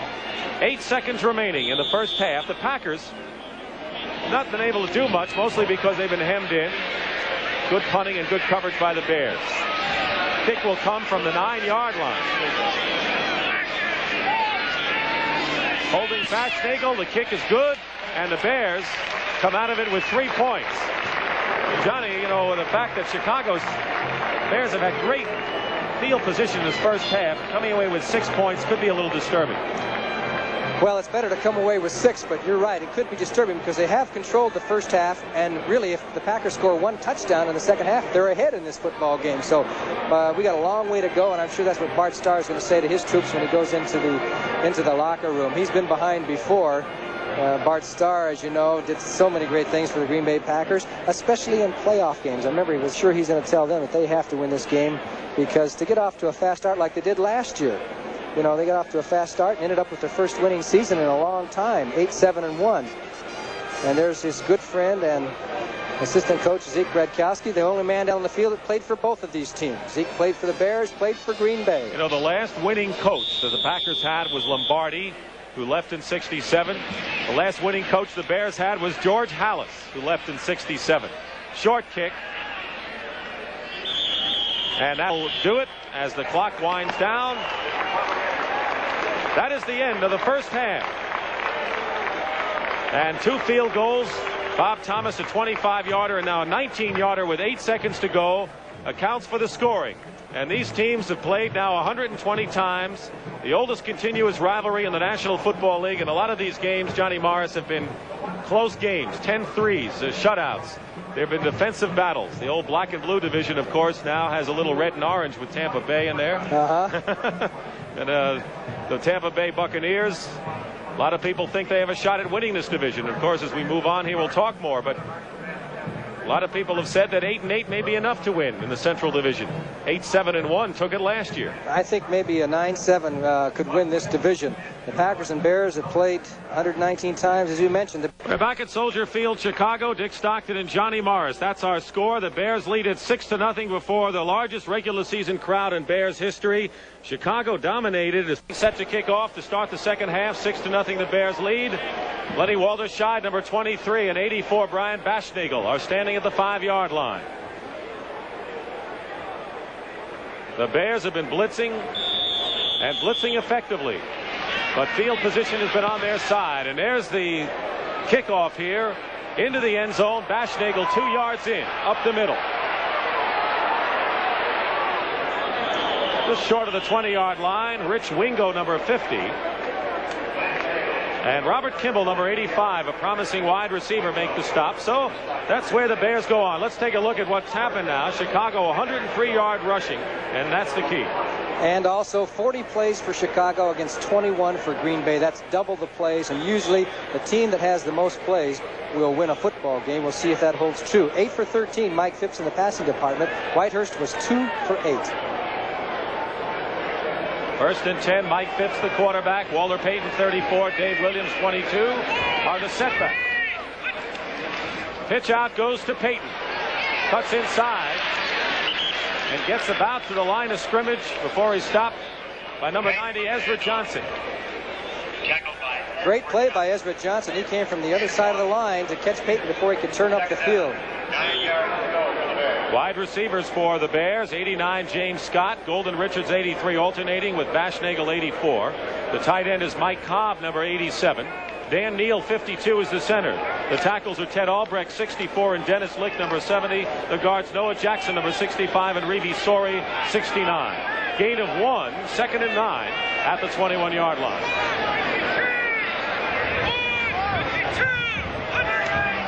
Phipps to throw. Caught there, short of a first down by James Scott by 2 yards. Estes Hood, number 38, in his second year, makes the tackle. The Bears have made that short passing game go well. I think that was in Neil Armstrong's thinking when he decided to start Mike Phipps, that he's a good control type passer, is experienced, and can pick out the defenses. And a close game for the Miami Dolphins. They eked it out 9-7. Uwe von Schaman, who displaced Garo Yepremian as kicker, had to figure in that one. I know he did kick a field goal. 9-7 Miami defeats Buffalo in the opener. Dave Williams is out. Skibinski, number 30, back in there. 3rd and 2 at the 28-yard line for the Bears. Phipps rolls out to his right. A short flip to Payton. and it's knocked down Steve Luke. He threw it kind of hard to Walter, and Luke was right there. It would have been a tough play to connect it. Gary Weaver made the play on Phipps there. I guess it would be pretty hard to control your pass when somebody's slamming you to the ground. Gary Weaver was the key as the Bears do not gain a first down. We'll have to punt to the Packers, and let's see how they handle that Chicago defense. Bob Parsons will kick. Keep in mind that if the defense doesn't watch the ends, Parsons can throw as he did to Baschnagel in preseason. Here is Odom standing at the 32. Parsons will boot it away, and Odom comes over. He'll run it. 40-yard line, and he's trapped there. Walter Scheid, number 23. Bears covered well. So the Green Bay Packers will go on offense for the first time in the second half with David Whitehurst, number 17, the quarterback. A 39-yard punt for Bob Parsons. Terdell Middleton, 34, and Barty Smith, 33, are the setbacks. The wide receivers for the Packers, number 80, James Lofton. They attempted one deep pass to him with Schmidt defending in the first half. And Undra Thompson, 89. Tennis follows us, the U.S. Open. Pat Summerall and Tony Traber. Terdell Middleton with Goforth in front. Middleton gets 2, maybe 3 yards. Doug Plank, number 46, the free safety, makes the stop. And Gary Fensick got hurt again. That time he had to bust through the guard, Darrell Goforth. And when you take on a big man like that, you can get hurt sometimes. So Fensick is out of the game. He's got a sore shoulder, and I don't know how bad it is, but it seems to be the same injury he had in the first half. And let's see what the Packers do, because the Bears now will be looking for the pass. Walter Scheid replaces Fensick. They get the pass right here over the top. It's completed to Barty Smith, who breaks the tackle and gets into Chicago territory. A first down for the Bears, and only the 4th first down for the Packers today. Well, here is a football player. Watch Gary Campbell miss the tackle on Barty Smith, and at the end of the play, you'll see some extracurricular activity. Whitehurst waits, throws. Smith breaks the tackle here, and Campbell is really ticked off. Now, watch what she does to Thompson coming over. 59, right there at the left of your screen. They said, hello, how are you? Well, the Packers, for a change, have decent field position. They're at midfield. Whitehurst, 1st and 10. Flips now to Barty Smith. Smith, with a head of steam, picks up a couple of yards. Hartenstein. Jerry Muckensturm in on the tackle. Muckensturm started for Doug Buffone, who's been a starter for 12 years for the Chicago Bears. But this year, he's going to be a backup. He's played so many great years, longer than any other Chicago Bear in history, and he lost his job to Muckensturm. Muckensturm, of course, played the 4th linebacker in the 3-4. 23-17, the Eagles lead the Giants in the 4th quarter. Giants need a touchdown to take the lead. 2nd and 6 at the 46-yard line. In the pocket, incomplete. Undra Thompson, the intended receiver. Livers was there, as was Plank. But I'll tell you, Whitehurst is attempting some difficult passes today. Well, he's throwing from the right hash work to the left side, and when you throw across the field, you're asking for danger there, because the ball has to travel a long way when it's a precision type pass like that. Now they're on the right hash mark now, and let's see what he does with it. Minnesota, San Francisco locked in a tough battle. The Vikings 21, the 49ers 16. So Philadelphia, New York, Minnesota, San Francisco are close games. And you know Miami won 9-7 over Buffalo. Heron, number 51, is in linebacker. And the 5th back, Winford Gaines, is there. Pass up the middle, complete to Barty Smith. And a first down for Green Bay. Smith still going inside the 25-yard line. And now the Packers are opening it up. And with their best scoring situation of the afternoon, at the 29-yard line, first down, Winford Gaines the tackle. This time no blitz by the Bears, a 4-man rush, which gave Whitehurst the time. Barty Smith came out of the backfield, got a step on Gary Campbell, and then turned it on. Makes a nice move here as he cut back against the grain. And Barty Smith, the man who says he's going to lose his job before too long, did it very well on that play. He's in his 6th year, former number 1 draft choice. But Eddie Lee Ivory, the rookie from Georgia Tech, is out of there. So Smith is in. 1st and 10 at the 24-yard line. 6-0. The Bears lead. 10-13 to go, 3rd quarter. Middleton. Couple of yards. Alan Page, the tackle, along with Doug Plank. The Bears have Hampton 99, Hartenstein 73 at end. Osborne 68, Page 82 the tackles. Buckensturm. Hicks 54, the middle linebacker. Campbell, you've seen him a lot. Terry Schmidt 44, and Livers 24, the cornerbacks. Fensick and Plank, the safeties. Lofton goes to the top. Under Thompson to the left. 2nd and 10. Passing down for Whitehurst. Flips it up. Penalty marker down. Penalty marker down. Jerry Buckensturm with Barty Smith. Could have been face guarding, and it might have been face guarding, and we'll wait and see. But the key to that is the waving of the arms. Not just screening the intended receiver, but the waving of the arms. Might have been just regular interference. Defense, interference, first down. Just pass interference on the defense. He also may have hit him before the ball actually got there. Let's take a look. Here's contact before the ball arrived, and that was the call. So pass interference, automatic first down for Green Bay. 15-yard line, their best scoring opportunity by far. They didn't know what this side of the field looked like in the first half. Lofton and Thompson are split. Up the middle, Barty Smith. Stopped for no gain.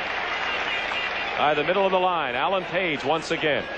Alan Page down to 225 pounds. He plays like 260. He's got a lot of speed, and that was the reason Minnesota let him go. They said he had gotten too light and he was getting old, but he has been a great help to the Chicago Bears in that defensive line. You're looking at the Bears defense now. Of course, you know about Dan Hampton, the #1 pick, but they had another one, and that was Alan Harris. Al Harris is out with a knee, and they think big things of him. Wayman Bryan, of course, linebacker, didn't make it. Didn't pass the physical. Whitehurst out to the flat. Hicks was defending on the play to Middleton.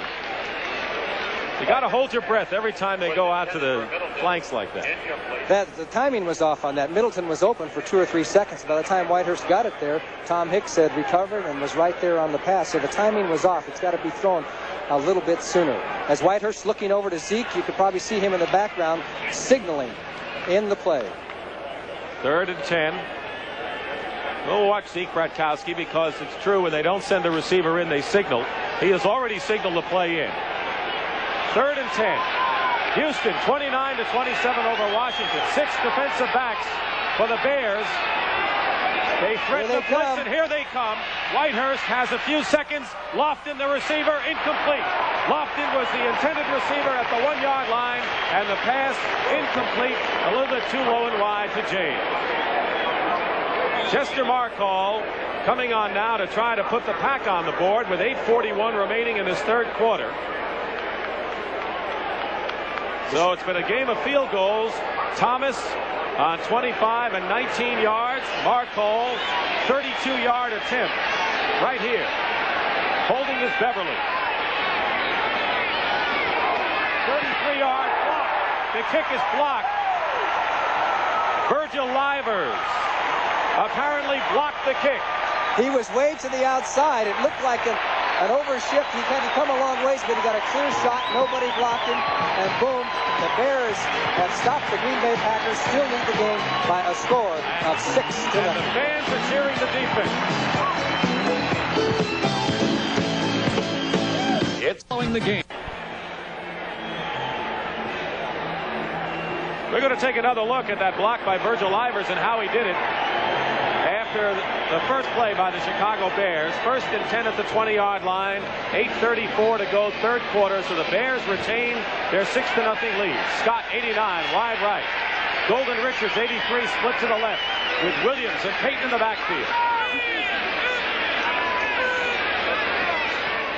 Payton going wide. 63, Terry Jones, the tackle, makes the stop there, and he pursued very well. But let's see the block again, Johnny. Watch the man on the left side of the line. There's Jim Gano. He'll have a man charge into him who he has to block, and Livers is further onto the outside to the left. Now Gano blocks his man. Now he'll try and reach out with his shoulder to block Livers, or at least knock him off stride. He did not. Livers is so quick off the gun. He got in and blocked it and kept the Packers off the board. Walter Payton lost 5 yards. He's now carried 22 times for 67 yards. Phipps 9 for 15 for 49. So it's 2nd and long. 5 backs in there. for Green Bay. Payton has a lot of room. Walter Payton to the 20-yard line. 25, bucks his way to the 30, and he may have a first down. I think he does. Walter Payton with a brilliant burst of running, and he might have picked up all 15 right there before Hood made the tackle. It may be just a little bit short, but it was still a good play. Noah Jackson, 65, yes, throws the key block on Douglas, and then there's the miss, and several Bears out in front of McCoy, and finally number 61 there slows him up, Davy Simmons, and they stop him, and here's another angle. Let's take a look at it. Look how he holds that ball and switches. But he'll tuck it away just as he makes contact here. When he sees that they're going to make contact, he'll tuck it away and put it in, and he missed it by 1 yard, but they'll take it. A 14-yard pickup by Payton. 3rd and 1. Penalty marker down. Skabinski, who replaced Williams, is running. The penalty marker down. He, of course, gave ground after going into the line. And let's see what the penalty is. And that's important because if it's against Green Bay, it's a first down for the Bears. It was. The right side of the Packer defensive line jumped a little bit too soon, I believe. Barzalaskis would be the tackle, number 75. Chicago Bears first down at the 34. Let's pick it up. Number 90, defense, offside, first down. It was the right side, but it was the right end. Ezra Johnson, and not Barzalaskis. So we'll take the demerit off the one and put it on the other. 1st and 10 at the 34. Don't forget U.S. Open tennis following our game. John McEnroe, colorful figure against John Lloyd. Jimmy Connors is also playing.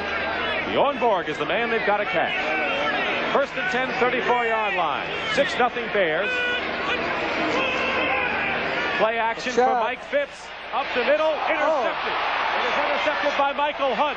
The linebacker is down at the 30-yard line. So Michael Hunt, who blocked the Thomas field goal in the first quarter, and we have a bit of an altercation at about the 20-yard line. Phipps has thrown the interception. Johnny Gray for the Packers. Ted Lick is there, and there was also a Golden Richards as well, but big interception for Green Bay. I don't think Phipps saw Hunt, number 55, because it appeared that Golden Richards was open. Hunt made the big interception, takes it back, and then Golden Richards and Johnny Gray got into it on the left side of the screen. But more importantly to Green Bay, they have the football. John Skabinski is hurt again for the Bears, but the score remains 6-0.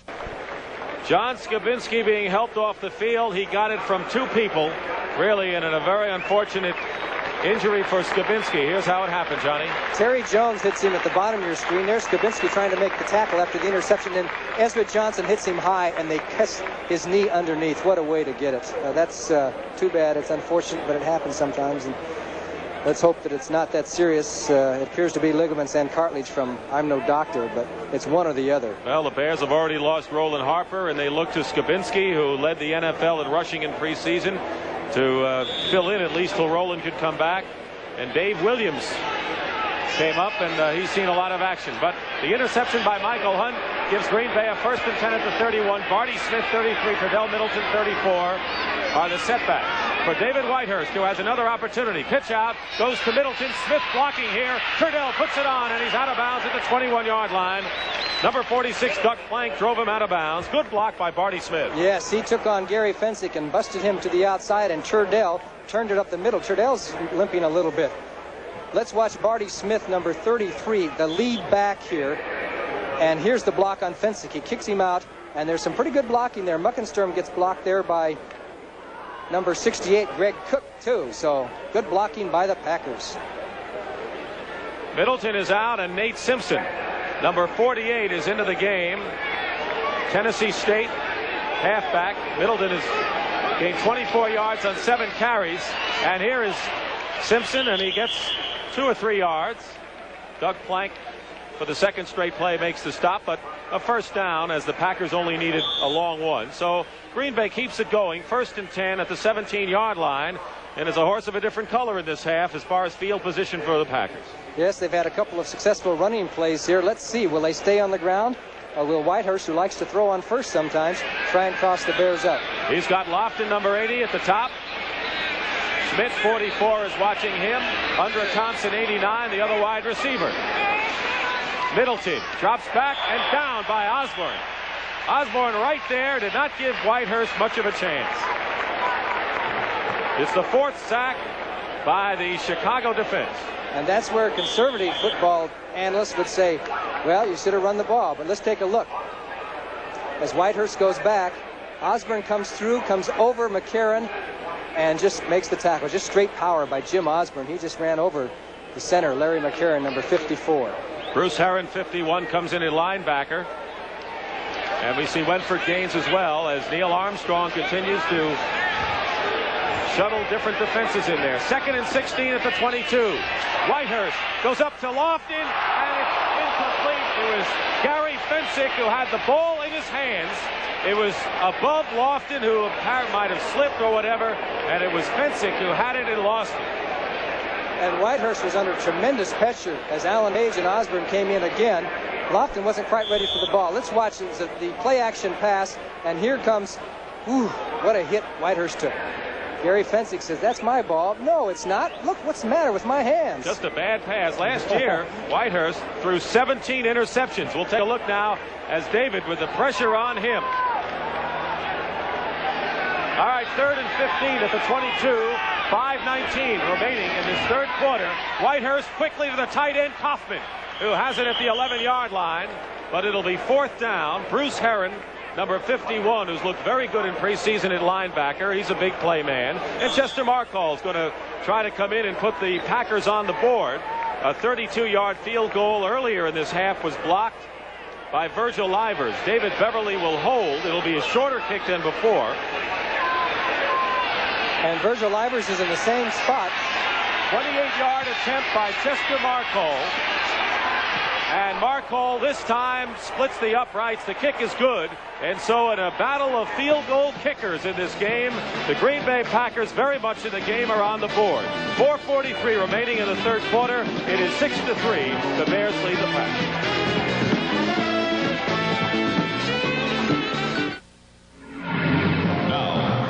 Best zenith ever. System 3 is even. Off the field, one of the Honey Bears is shaken up. This has been quite a day for injuries for people on and almost off the field. Kickoff, and a good one by Chester Markall, and it'll be set down by Bashnagel in the end zone, and the Bears will go on offense at the 20. I don't think the Honey Bear got hurt from any action off on the football field. She probably is very hot down there on the field. She may have suffered some kind of heat prostration. But final score, the Houston Oilers defeat the Washington Redskins 29-27. They were behind. So the Oilers get off to a good start. They've got that tough Central Division in the AFC. 1st and 10 for the Bears at the 20-yard line. Mike Phipps threw only 12 passes in preseason, the quarterback. Dave Williams, 22. Skavinsky was helped off the field, and Peyton, 34 in the backs. Trying to get word on Skavinsky. Peyton, couple up the middle.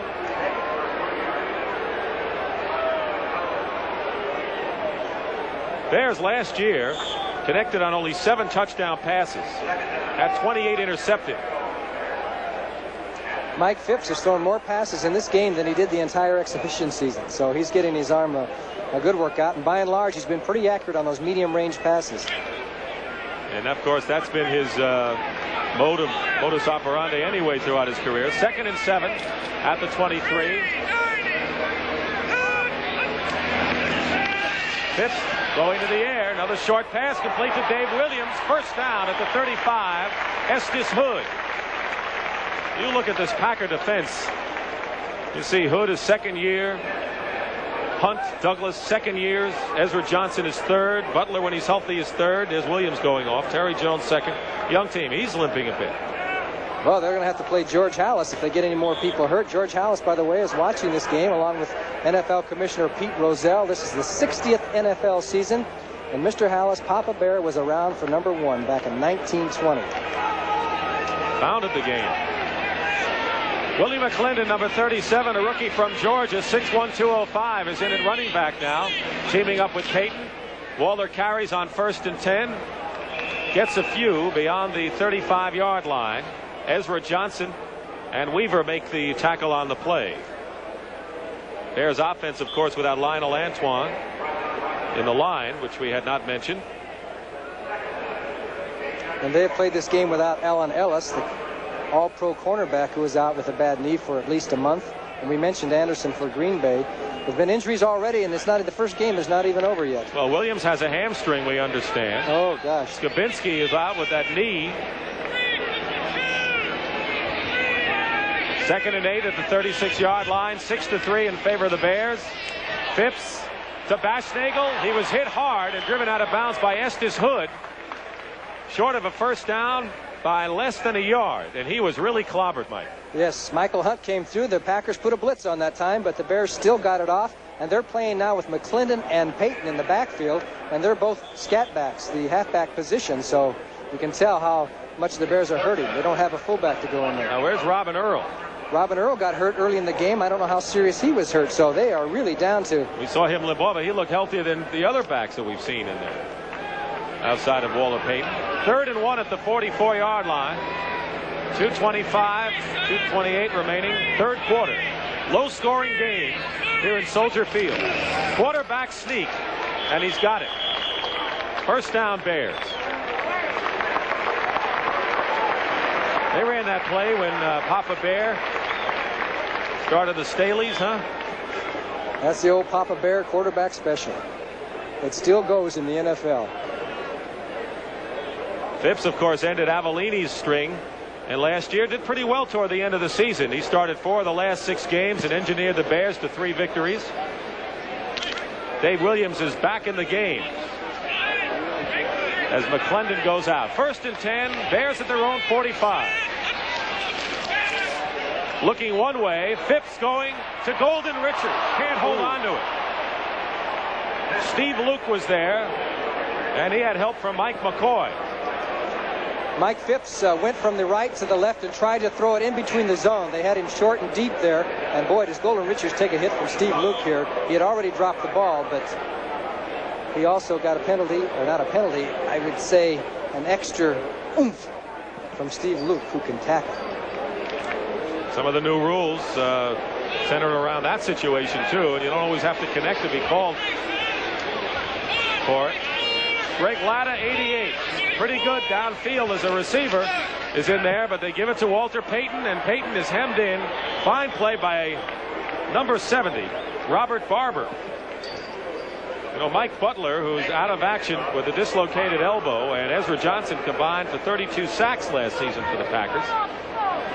And you need that double rush from the outside. And Barber, not the pass rusher that Butler is, but he's done pretty well against the run today. 3rd and 9. Pack now goes with 5 defensive backs as Gary Weaver goes out. Baschnagel, Richards, and Scott. 3 wide receivers in there for the Bears. Statue of Liberty to Walter Payton. Cuts inside, and a lot of movement and a gain of about 5. Steve Luke finally brought him down, but it'll be 4th down, and Parsons will come in to kick. Kind of the old Statue of Liberty. I'll tell you, Steve Luke is all over the place here. Payton comes back and tries to go back against the grain in the middle of the field, which is tough because there's going to be a lot of people pursuing. And there he is, number 46, Steve Luke. So Parsons will punt from the 35. Odom is back. Johnny Gray, the short man. Good high kick. Fair catch call, and that one sails into the end zone. In the first half, no matter how Parsons kicked it, the ball would bounce and hang in, and the Bears were down it inside the 10-yard line. But the Packers going on offense. They're the only ones to score in this third quarter. Only 20 seconds remaining in the quarter. 6-3 Chicago.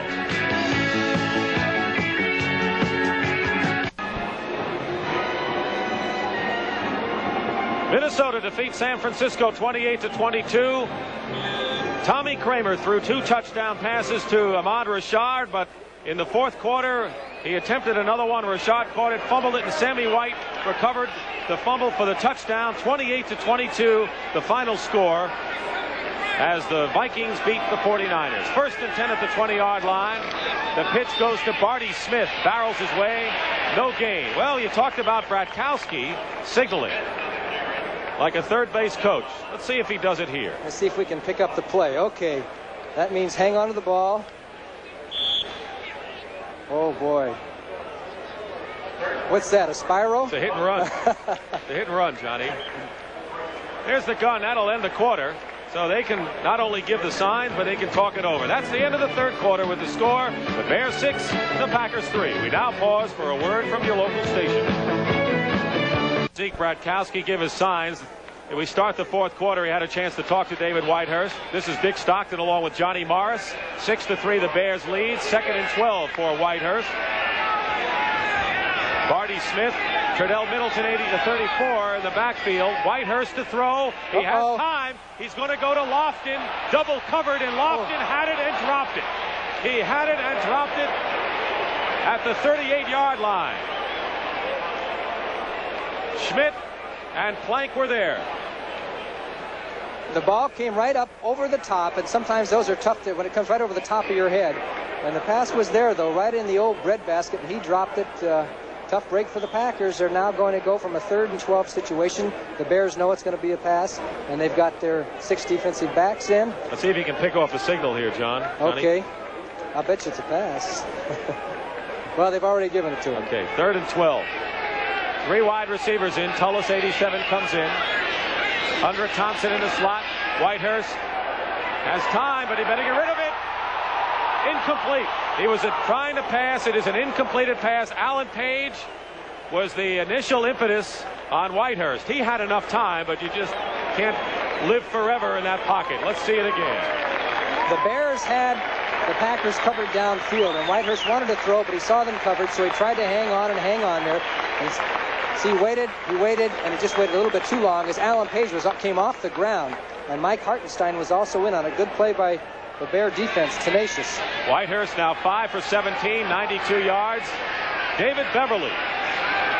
And deep is Walter Scheid. Walter Scheid could get a good run back here. Penalty marker down. Dave Simmons. The Bears are going to be penalized for either clipping or holding or something like that. 45-yard kick, and Sampson is hurt, and I think it was a clip. Personal foul against the Bears. As you know, there are new rules. You can't cut a man now on the special teams. You got to hit him above the waist, and sometimes in the reaction of what you're doing on the game, it's the first game they might forget, or by instinct when you've been doing something for 15 or 20 years. Personal foul, clipping, number 84 on the run back, first down. Baschnagel. Let's see if we can take a look and see Baschnagel's 84. He didn't hit him, cut him, he just hit him in the back.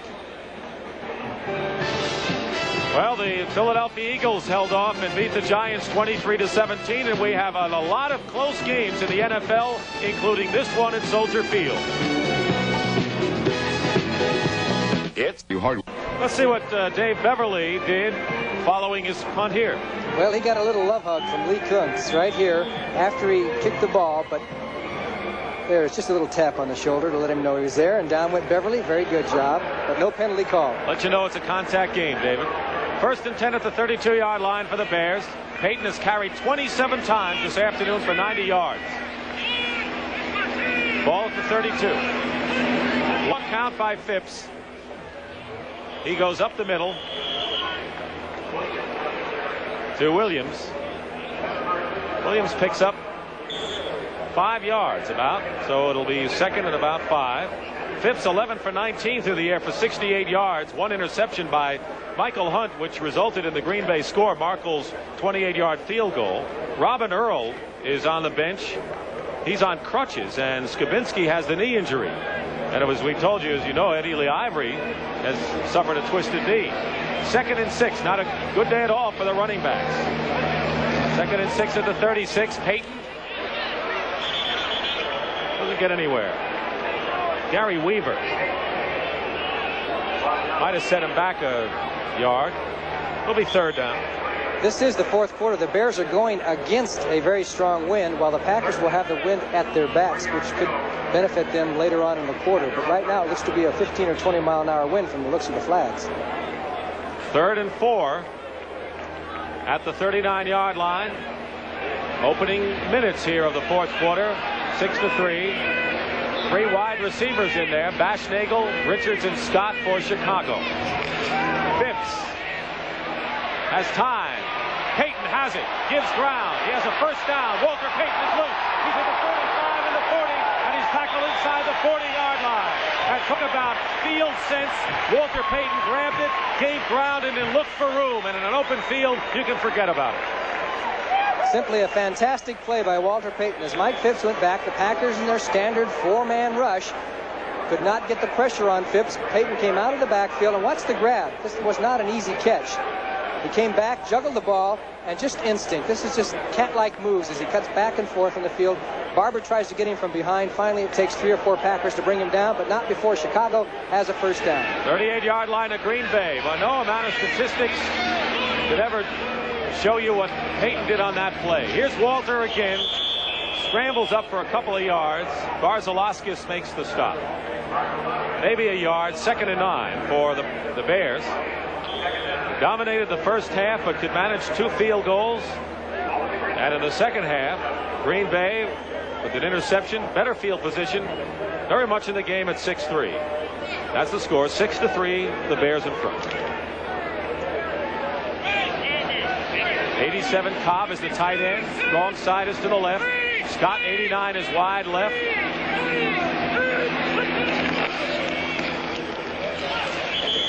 Up the middle goes Williams for a couple. Terry Jones, and now a problem with Douglas. Michael Cobb was in out there getting to know each other very well down there. And sometimes they get too familiar, I guess. But it's a physical game. Every man reacts differently to getting hit. Am I right? You were in there. And I would say that's the case, and you got to be tough. 3rd and 7 at the 35. 5 backs in there for the Packers. They show a blitz, but they don't come at all. And Phipps pass complete to Walter Payton. Payton gets by 1. He's at the 20, and he can't spin away inside the 20-yard line. Boy, you better have a lot of clamps to bring him down. Estes Hood. Boy, did he put a move on Douglas. Mike Douglas, number 53. He's got an impossible job. Here comes Payton out of the backfield. Now watch the moves. I hope we get a chance to see it. But anyway, he made a move and cut to the right, and there was no way that Douglas could stay with him. Impossible.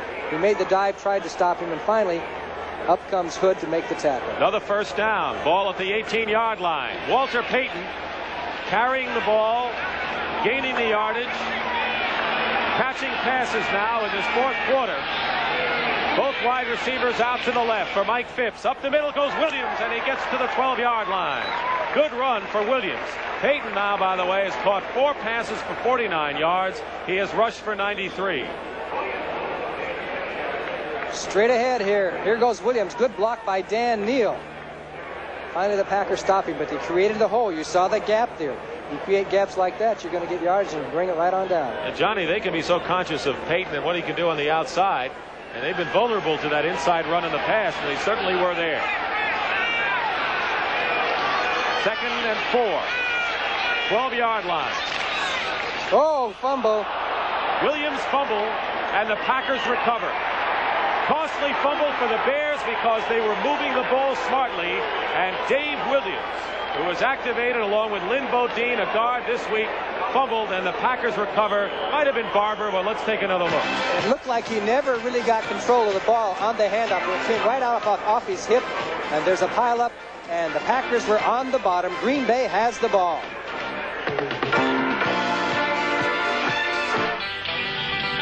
This baby's been from Maine to Malibu, but I don't let her go nowhere without the treatment. This is no car. This is a legend. And you better believe I give her the treatment. STP oil treatment. Since 1964, over 500 million cans have been sold. No other brand even comes close. So do what millions do. Give your car the treatment from STP.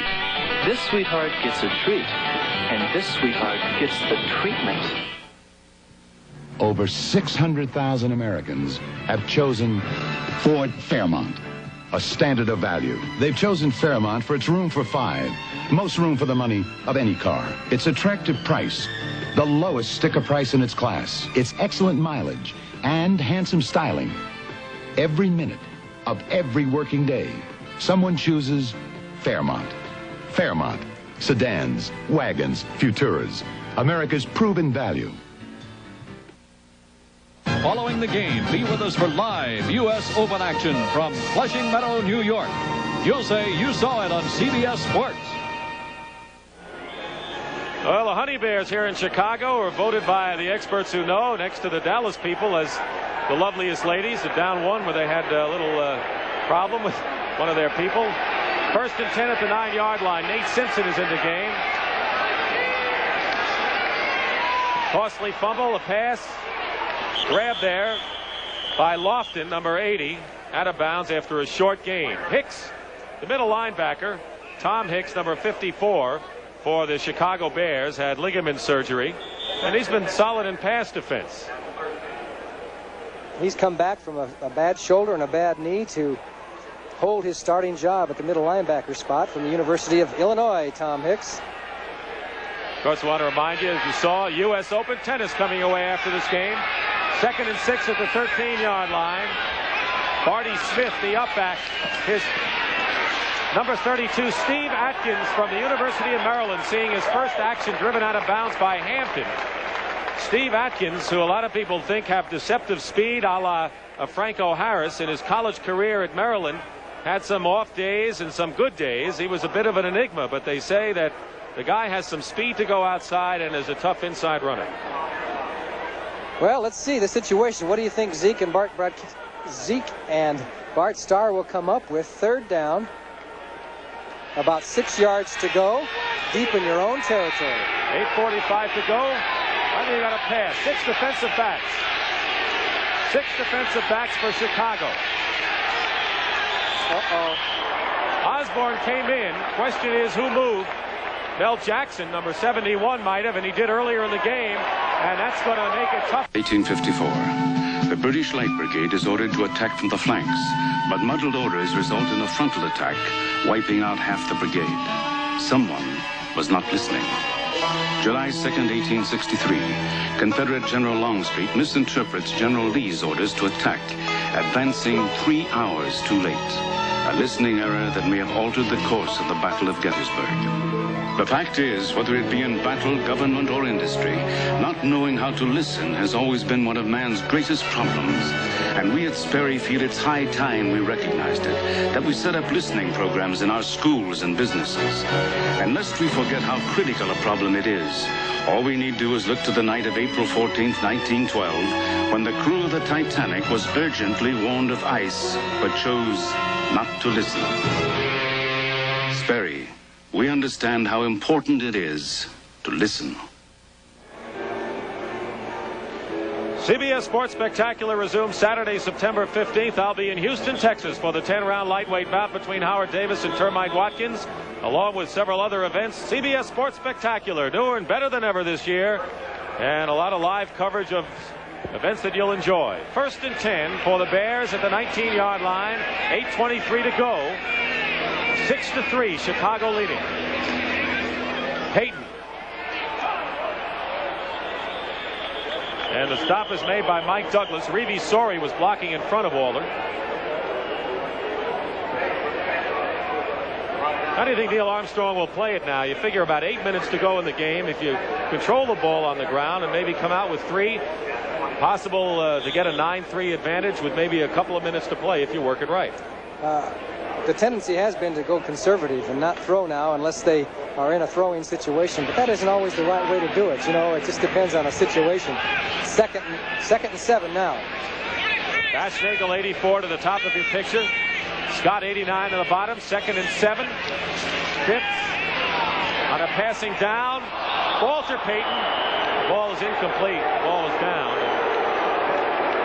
Fans getting on Mike Phipps a bit there. The screen had set up. Actually, it was a pretty good play. The screen had set up, but the pass was not too accurate. But overall today, Mike Phipps has done fairly well. His percentages are good. That's the thing. He has been judicious with his passing. He has hit the short passes well. His percentage is pretty good. He is 13 for 22 for 108 yards. And that's what Neil Armstrong wanted. I don't think, as you say, Vince Evans had the best preseason of the three quarterbacks, but you don't want to take a chance and maybe hurt a confidence perhaps. You want to go with the technician, and that's what they have with Phipps. 5 defensive backs for the Pack. Third down on a draw. They give it to Walter Payton, who has a first down and more. Walter Payton, who has done it all for the Chicago Bears today, gets to the 34-yard line and a first down. Simmons and Barber make the stop, and a lot of times people say, you say he did it all. He's doing it all today. Yes, he got some good blocking at the beginning, and then he just weaved his way. Just notice how he cuts back and forth. Now his legs keep driving, even though 2 or 3 Packers have a hold of him, and that was a key play. That kept this drive alive. 109 yards for Walter Payton. 49 yards receptions. He's carried 31 times today. And it's hot down there.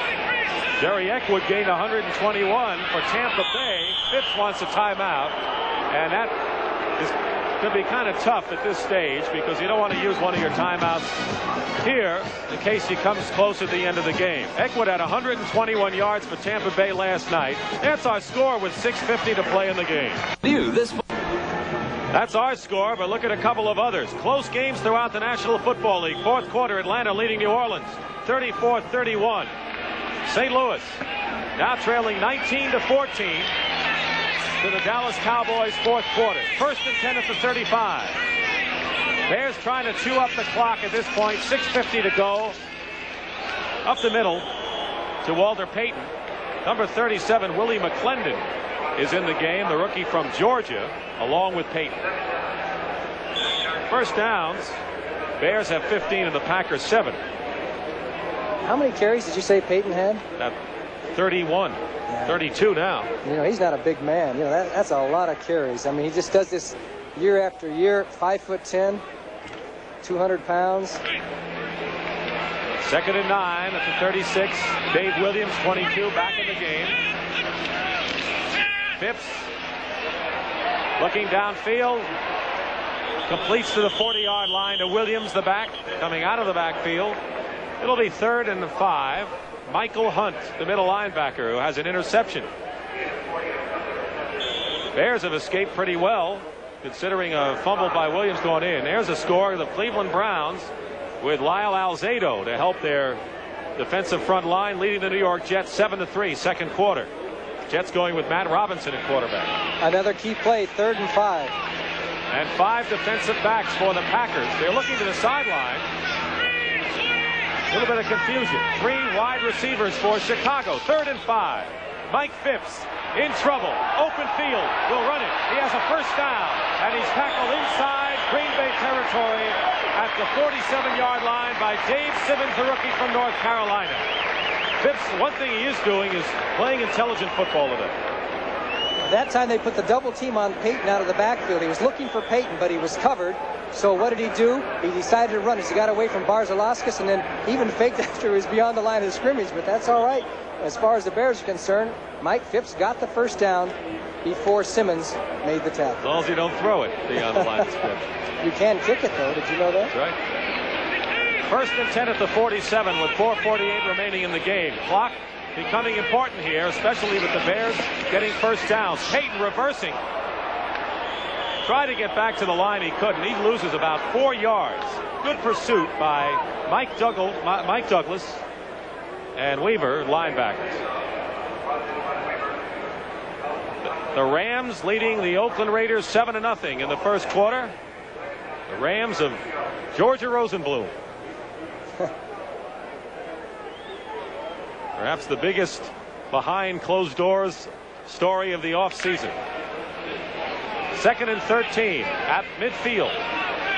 Packers, of course, want to keep the Bears out there, want to make sure they stay in long yardage. They're trailing 6-3.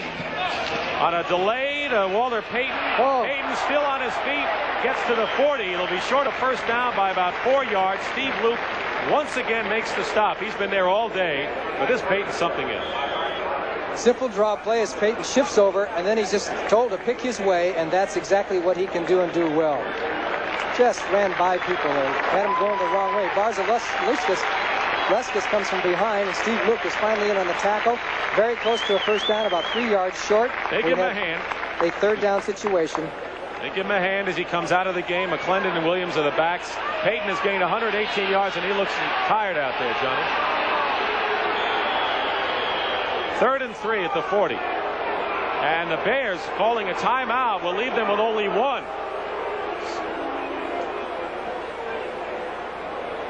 I believe this is the second timeout that the Bears have called in the second half. Neil Armstrong must be counting on not needing them at the end of the game. Minnesota Vikings, who won their opener against the 49ers, will come here to Soldier Field next week to do battle with the Bears. New Orleans, trailing in a close game with Atlanta, will go up to Lambeau Field to face the Packers in Green Bay. Cardinals and Giants next week as well on CBS. Also on NFL regional games, the Washington Redskins and the Detroit Lions at the Silver Dome. Tampa Bay Buccaneers, Cloud 9 with their opening night win over Detroit, will go against Burt Jones and the Baltimore Colts, and the Dallas Cowboys against the 49ers in San Francisco next Sunday. Consult your local listings for the game and time in your area. CBS Sports presents NFL with perhaps one of the most balanced conferences, the NFC, that they've had in many years. Payton goes out for one play, and he's back in. That's what he's done today. He actually didn't even go out for a play, did he? He just went out for the break. Well, a tantamount to a play, I guess. Got a chance to rest for a second. Right. All the scoring by the virtue of the field goal. Bob Thomas kicked 2 in the first half, 25 and 19 yards, both in the second quarter. And Chester Markle a 28-yarder for the Green Bay score. 3rd and 3 now, 40-yard line. Phipps at 3rd and 3. He has a lot of time, and his pass is complete to Vaschnagel. First down. First down at the 35. Hood defending. So the Bears continue to keep the ball. 3:12 remaining. Brian Vaschnagel, who played in 4 Rose Bowls for Ohio State, had a good training camp, plays behind Scott most of the time. Just a good pass blocking, nice precision pass, and the Bears have really improved upon that over last season. Johnny, he's one of those guys who plays hurt. I mean, there are people, of course, that come up with things and maybe it hampers their effective. Vaschnagel goes out and he plays hurt a lot. 1st and 10 at the 35. Both wide receivers out to the right. Payton going to the left. Tripped up, but still picks up maybe 4 yards. He had Noah Jackson blocking in front of him. The rookie Charles Johnson, number 99, makes the play. The clock is winding down. 2:58 left in the game, so they have really chewed up a lot of time on this drive with 2 or 3 key third down plays to keep it alive. At this point, and the game is by no means over, Neil Armstrong's decision to go with Mike Phipps and the kind of game plan that they've had has worked to perfection. It has. 2nd down, 5 to go. Both wide receivers, Vaschnagel and Scott, are out to the left now. Second back through. Payton once more. Charles Johnson. Neil Armstrong on the sidelines with 2:23 to go. Second year, he's 53 years old. Was also an assistant coach at Houston, head coach in the Canadian League. Before he worked for Bud Grant 8 years as the defensive coordinator. We'll have to start checking the record book. I don't know what the record is for times carried a ball in one game, but Walter Payton's got to be getting pretty close. We hope that stuntman Stan Barrett gets more than close as he attempts to break the sound barrier in his rocket-powered land vehicle. Project SOS, the speed of sound, Saturday, September 15th on CBS Sports, preceding the CBS Sports Spectacular. Walter Payton's going out of the game, and Willie McClendon from Georgia. There's Bart Starr, who's realized that it's not a matter of a guy here and a guy there to rebuild. It's been agonizing, is the way Bart has described Green Bay coming back to the fold. There's Walter taking some oxygen, getting wiped off because he'll probably be back in the game. He's got at least 34, 35 carries. 36 carries. That's a lot on a hot day like this, and he's had to carry the load as far as the running game is concerned. And he earns that big salary that he gets. He's such a threat. 125 yards for Payton. He's caught 4 passes for 49. And don't forget, he doesn't have Roland Harper. And while Skibinski figured to do the job, he's been racked up. Earl was racked up. And they had to use Williams, who was just picked up this week. So it's 3rd and 3 at the 28 with 2:23 to go. Here is Williams, short of a first down. So it'll be 4th down, and they're going to call for Bob Thompson. Mike Douglas, who along with Luke been in on most of the tackles today. Luke not on that play, but he had been. The Packers have called a timeout. They used one of theirs, which it's probably strategy-wise. They want Thomas to miss, make him think about it. They're also using the 2-minute warning clock, so they'll have 2 timeouts left when they do get the ball. 2:16 to go. Thomas is not on the field right now as Phipps comes to the sideline. Don't forget U.S. Open tennis. Following our game, Bjorn Borg is the man everyone wants to catch. Vitas Geliulaitis and Guillermo Vilas both won some very tough matches yesterday. Billie Jean King at 35 years old also advanced. And we'll have tennis action following. John McEnroe is scheduled to play today. They've had a conference at the sidelines, and they may attempt to go for it rather than go for the field goal. 4th and 1. Of course, a field goal would mean that the Packers would need a touchdown to win the game. And maybe because of the fact that the wind's against them, it's at the 26, be about a 32, 42-yard field goal.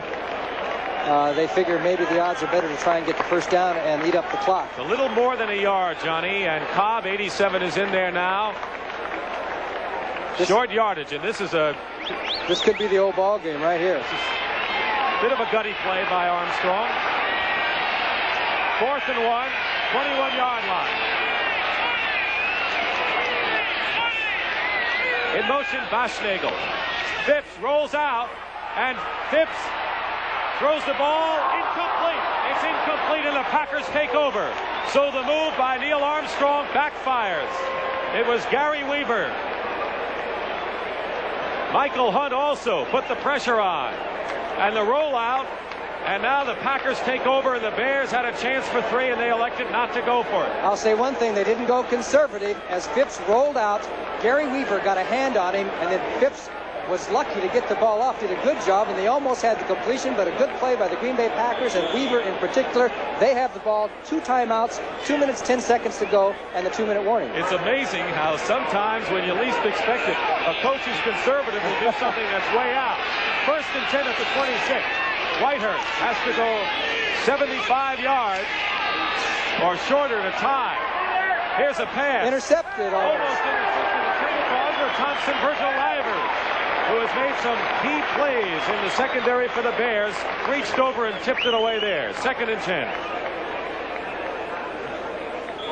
Here we go again. They're going from the right hash mark and throwing that pattern all the way across the field, across the left hash mark and to the other sideline, which means the ball has to go a long way. Good pressure by the Bears. I don't know, they must have a particular strategy for doing that, but it's dangerous. Steve Atkins, 32. Barty Smith, 33 on the back. Tredell Middleton not in there. 2nd and 10 at the 26-yard line. And Whitehurst to put it in the air again. Up the middle to Barty Smith, complete at the 30-yard line. It'll be 3rd and about 6. Tom Hicks, the middle linebacker, makes the stop. And we wound down to 2 minutes to go. 2 minutes to go in the game. We'll wait for the official 2-minute warning, and there it is. So when we resume, Green Bay will have 3rd and about 5, a long 5, trailing 6-3. That's the score. Correct score. Chicago Bears 6, Green Bay Packers 3, 3rd and 5. Do we watch Lofton here, Johnny? Maybe so, but I don't know if they'll try and go real deep on it. They know the Bears will be playing loose. They'll try and get that 10, 12-yard pass. He's at the bottom of your picture. 3rd and 5. Big play for the Packers at the 31. 2 minutes to go in the game. Cullis, 87, also in there. Whitehurst has some time. His pass. Barty Smith has it. He may be short of the first down. He's right around the marker. Let's see where they spot it. You know the Packers will go for it anyway. Inches, and they'll go. 4th and inches at the 36-yard line. Green Bay stays alive, and that's one of the things Barty Smith does so well. He may not have the speed of an Ivory, who was hurt today, but he's a good, reliable receiver coming out of the backfield. But you know what they're going to say in the meetings come Monday or Tuesday. Why didn't you just kind of leap forward a little further and then get out of bounds? You know, it's just one of those things.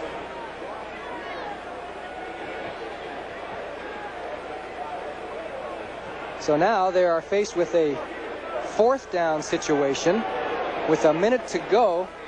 A minute, and our clock is broken again, but I think it's a little less than 2 minutes, isn't it? We'll see that clock pretty soon on our screen as we wind down. Ron Ridehouse, number 76, is the 5th defensive lineman in there. 1:55 remaining. 1:55, but the Packers must get the inches right here.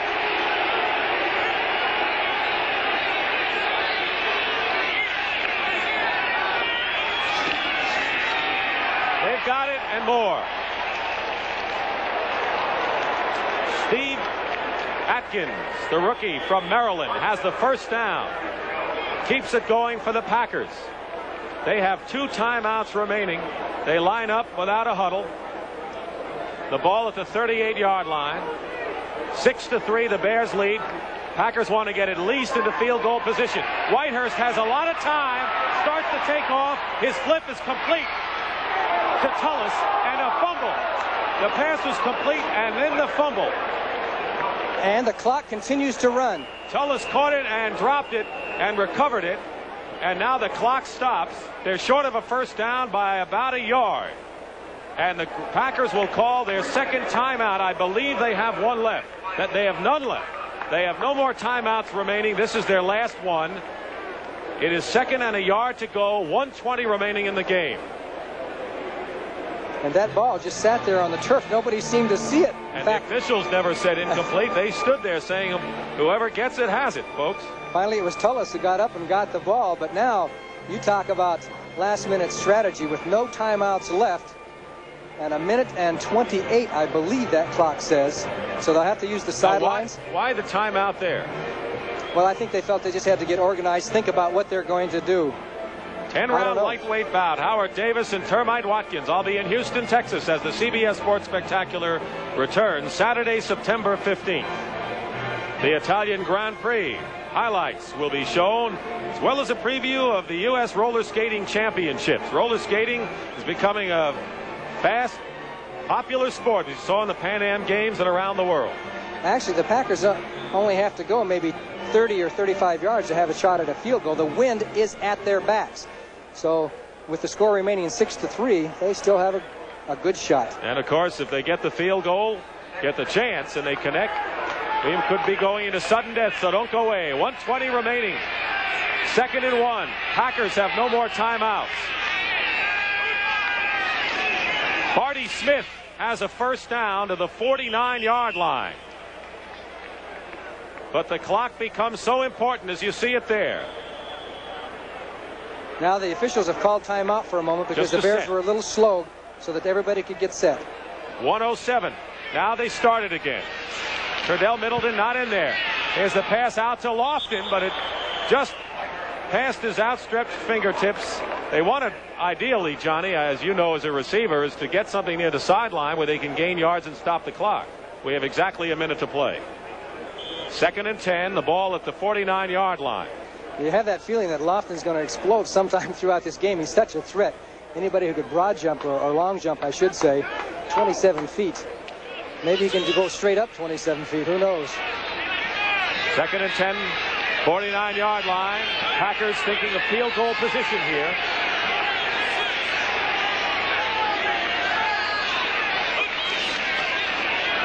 Whitehurst fires. Lofton. Oh! Incomplete at the 30-yard line. Lofton was hit hard by Terry Schmidt, who jarred the ball loose from James Lofton. And what a break that would have been for the Packers at the 30. But it's an incomplete pass. The defensive secondary hitting so hard for the Bears today. And here it is. And Terry Schmidt, got to give him credit. He jolted that ball. Actually, he had dropped the ball before Schmidt even hit him. But Schmidt, in going through with his tackle, gave him no chance to recover the bobbled ball. And that hurts the Packers. They would have been down on the 30-yard line. 3rd and 10 at the 49.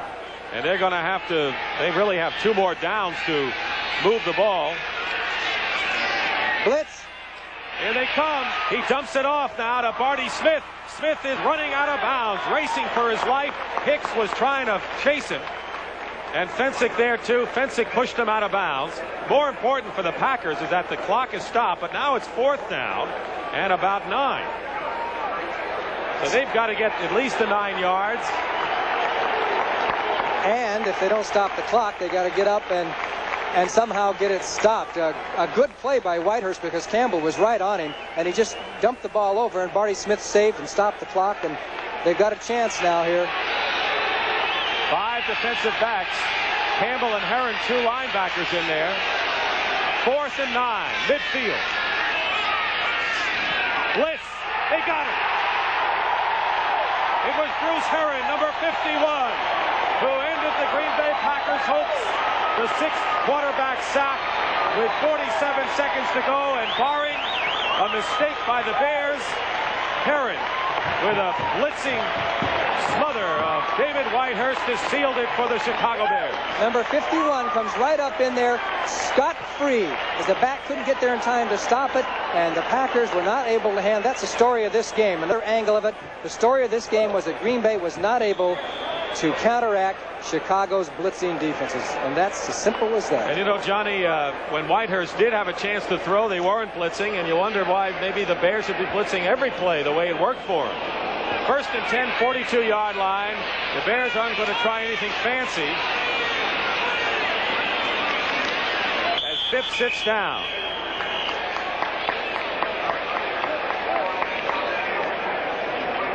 Six to 3. And Mike Phipps, who led the Bears to 3 victories when he started 4 of the last 6 games of the 1978 season, is going to continue leading, and I guess that's what he did today as Neil Armstrong has taken off the headsets. Phipps 15 for 25 for 117 yards. He used Walter Payton a lot today, I'll tell you that. As the Bears are starting to congratulate themselves, Mike Phipps will obviously be the starting quarterback for Chicago next week, as the Green Bay Packers once again failed to beat the Bears in Chicago. They have now lost 6 out of 7 to the Chicago Bears over the past 2 or 3 years, and that's it. The Bears win it. The final score, 6 to 3. Neil Armstrong is a winner. Looks across to Bart Starr. The injuries will, of course, be a story as far as Green Bay is concerned with Ivory, but Armstrong, the big story and the big question of the week and all throughout preseason camp, who's going to be the quarterback for the Chicago Bears? And Neil Armstrong said, finally, I'm going to use all 3 just as you would in a baseball team. Starting relief, who's ever hot, I'll go with him. And Mike Phipps perhaps was not in there just for passing today, not to make the mistake, and he handled it well. William Barnes, our producer today, Bob Dunphy, our director. A fine job by our technical and production crew. Johnny Morris, enjoyed working with you. Thank you very much, Dick. Good game, and one of those typical Chicago Bear games with the Green Bay Packers. Tough black and blue division. It was 6 to 3. Final score is 6 to 3. Bears beat the Packers. Stay tuned for the U.S. Open coverage after this word from your local station.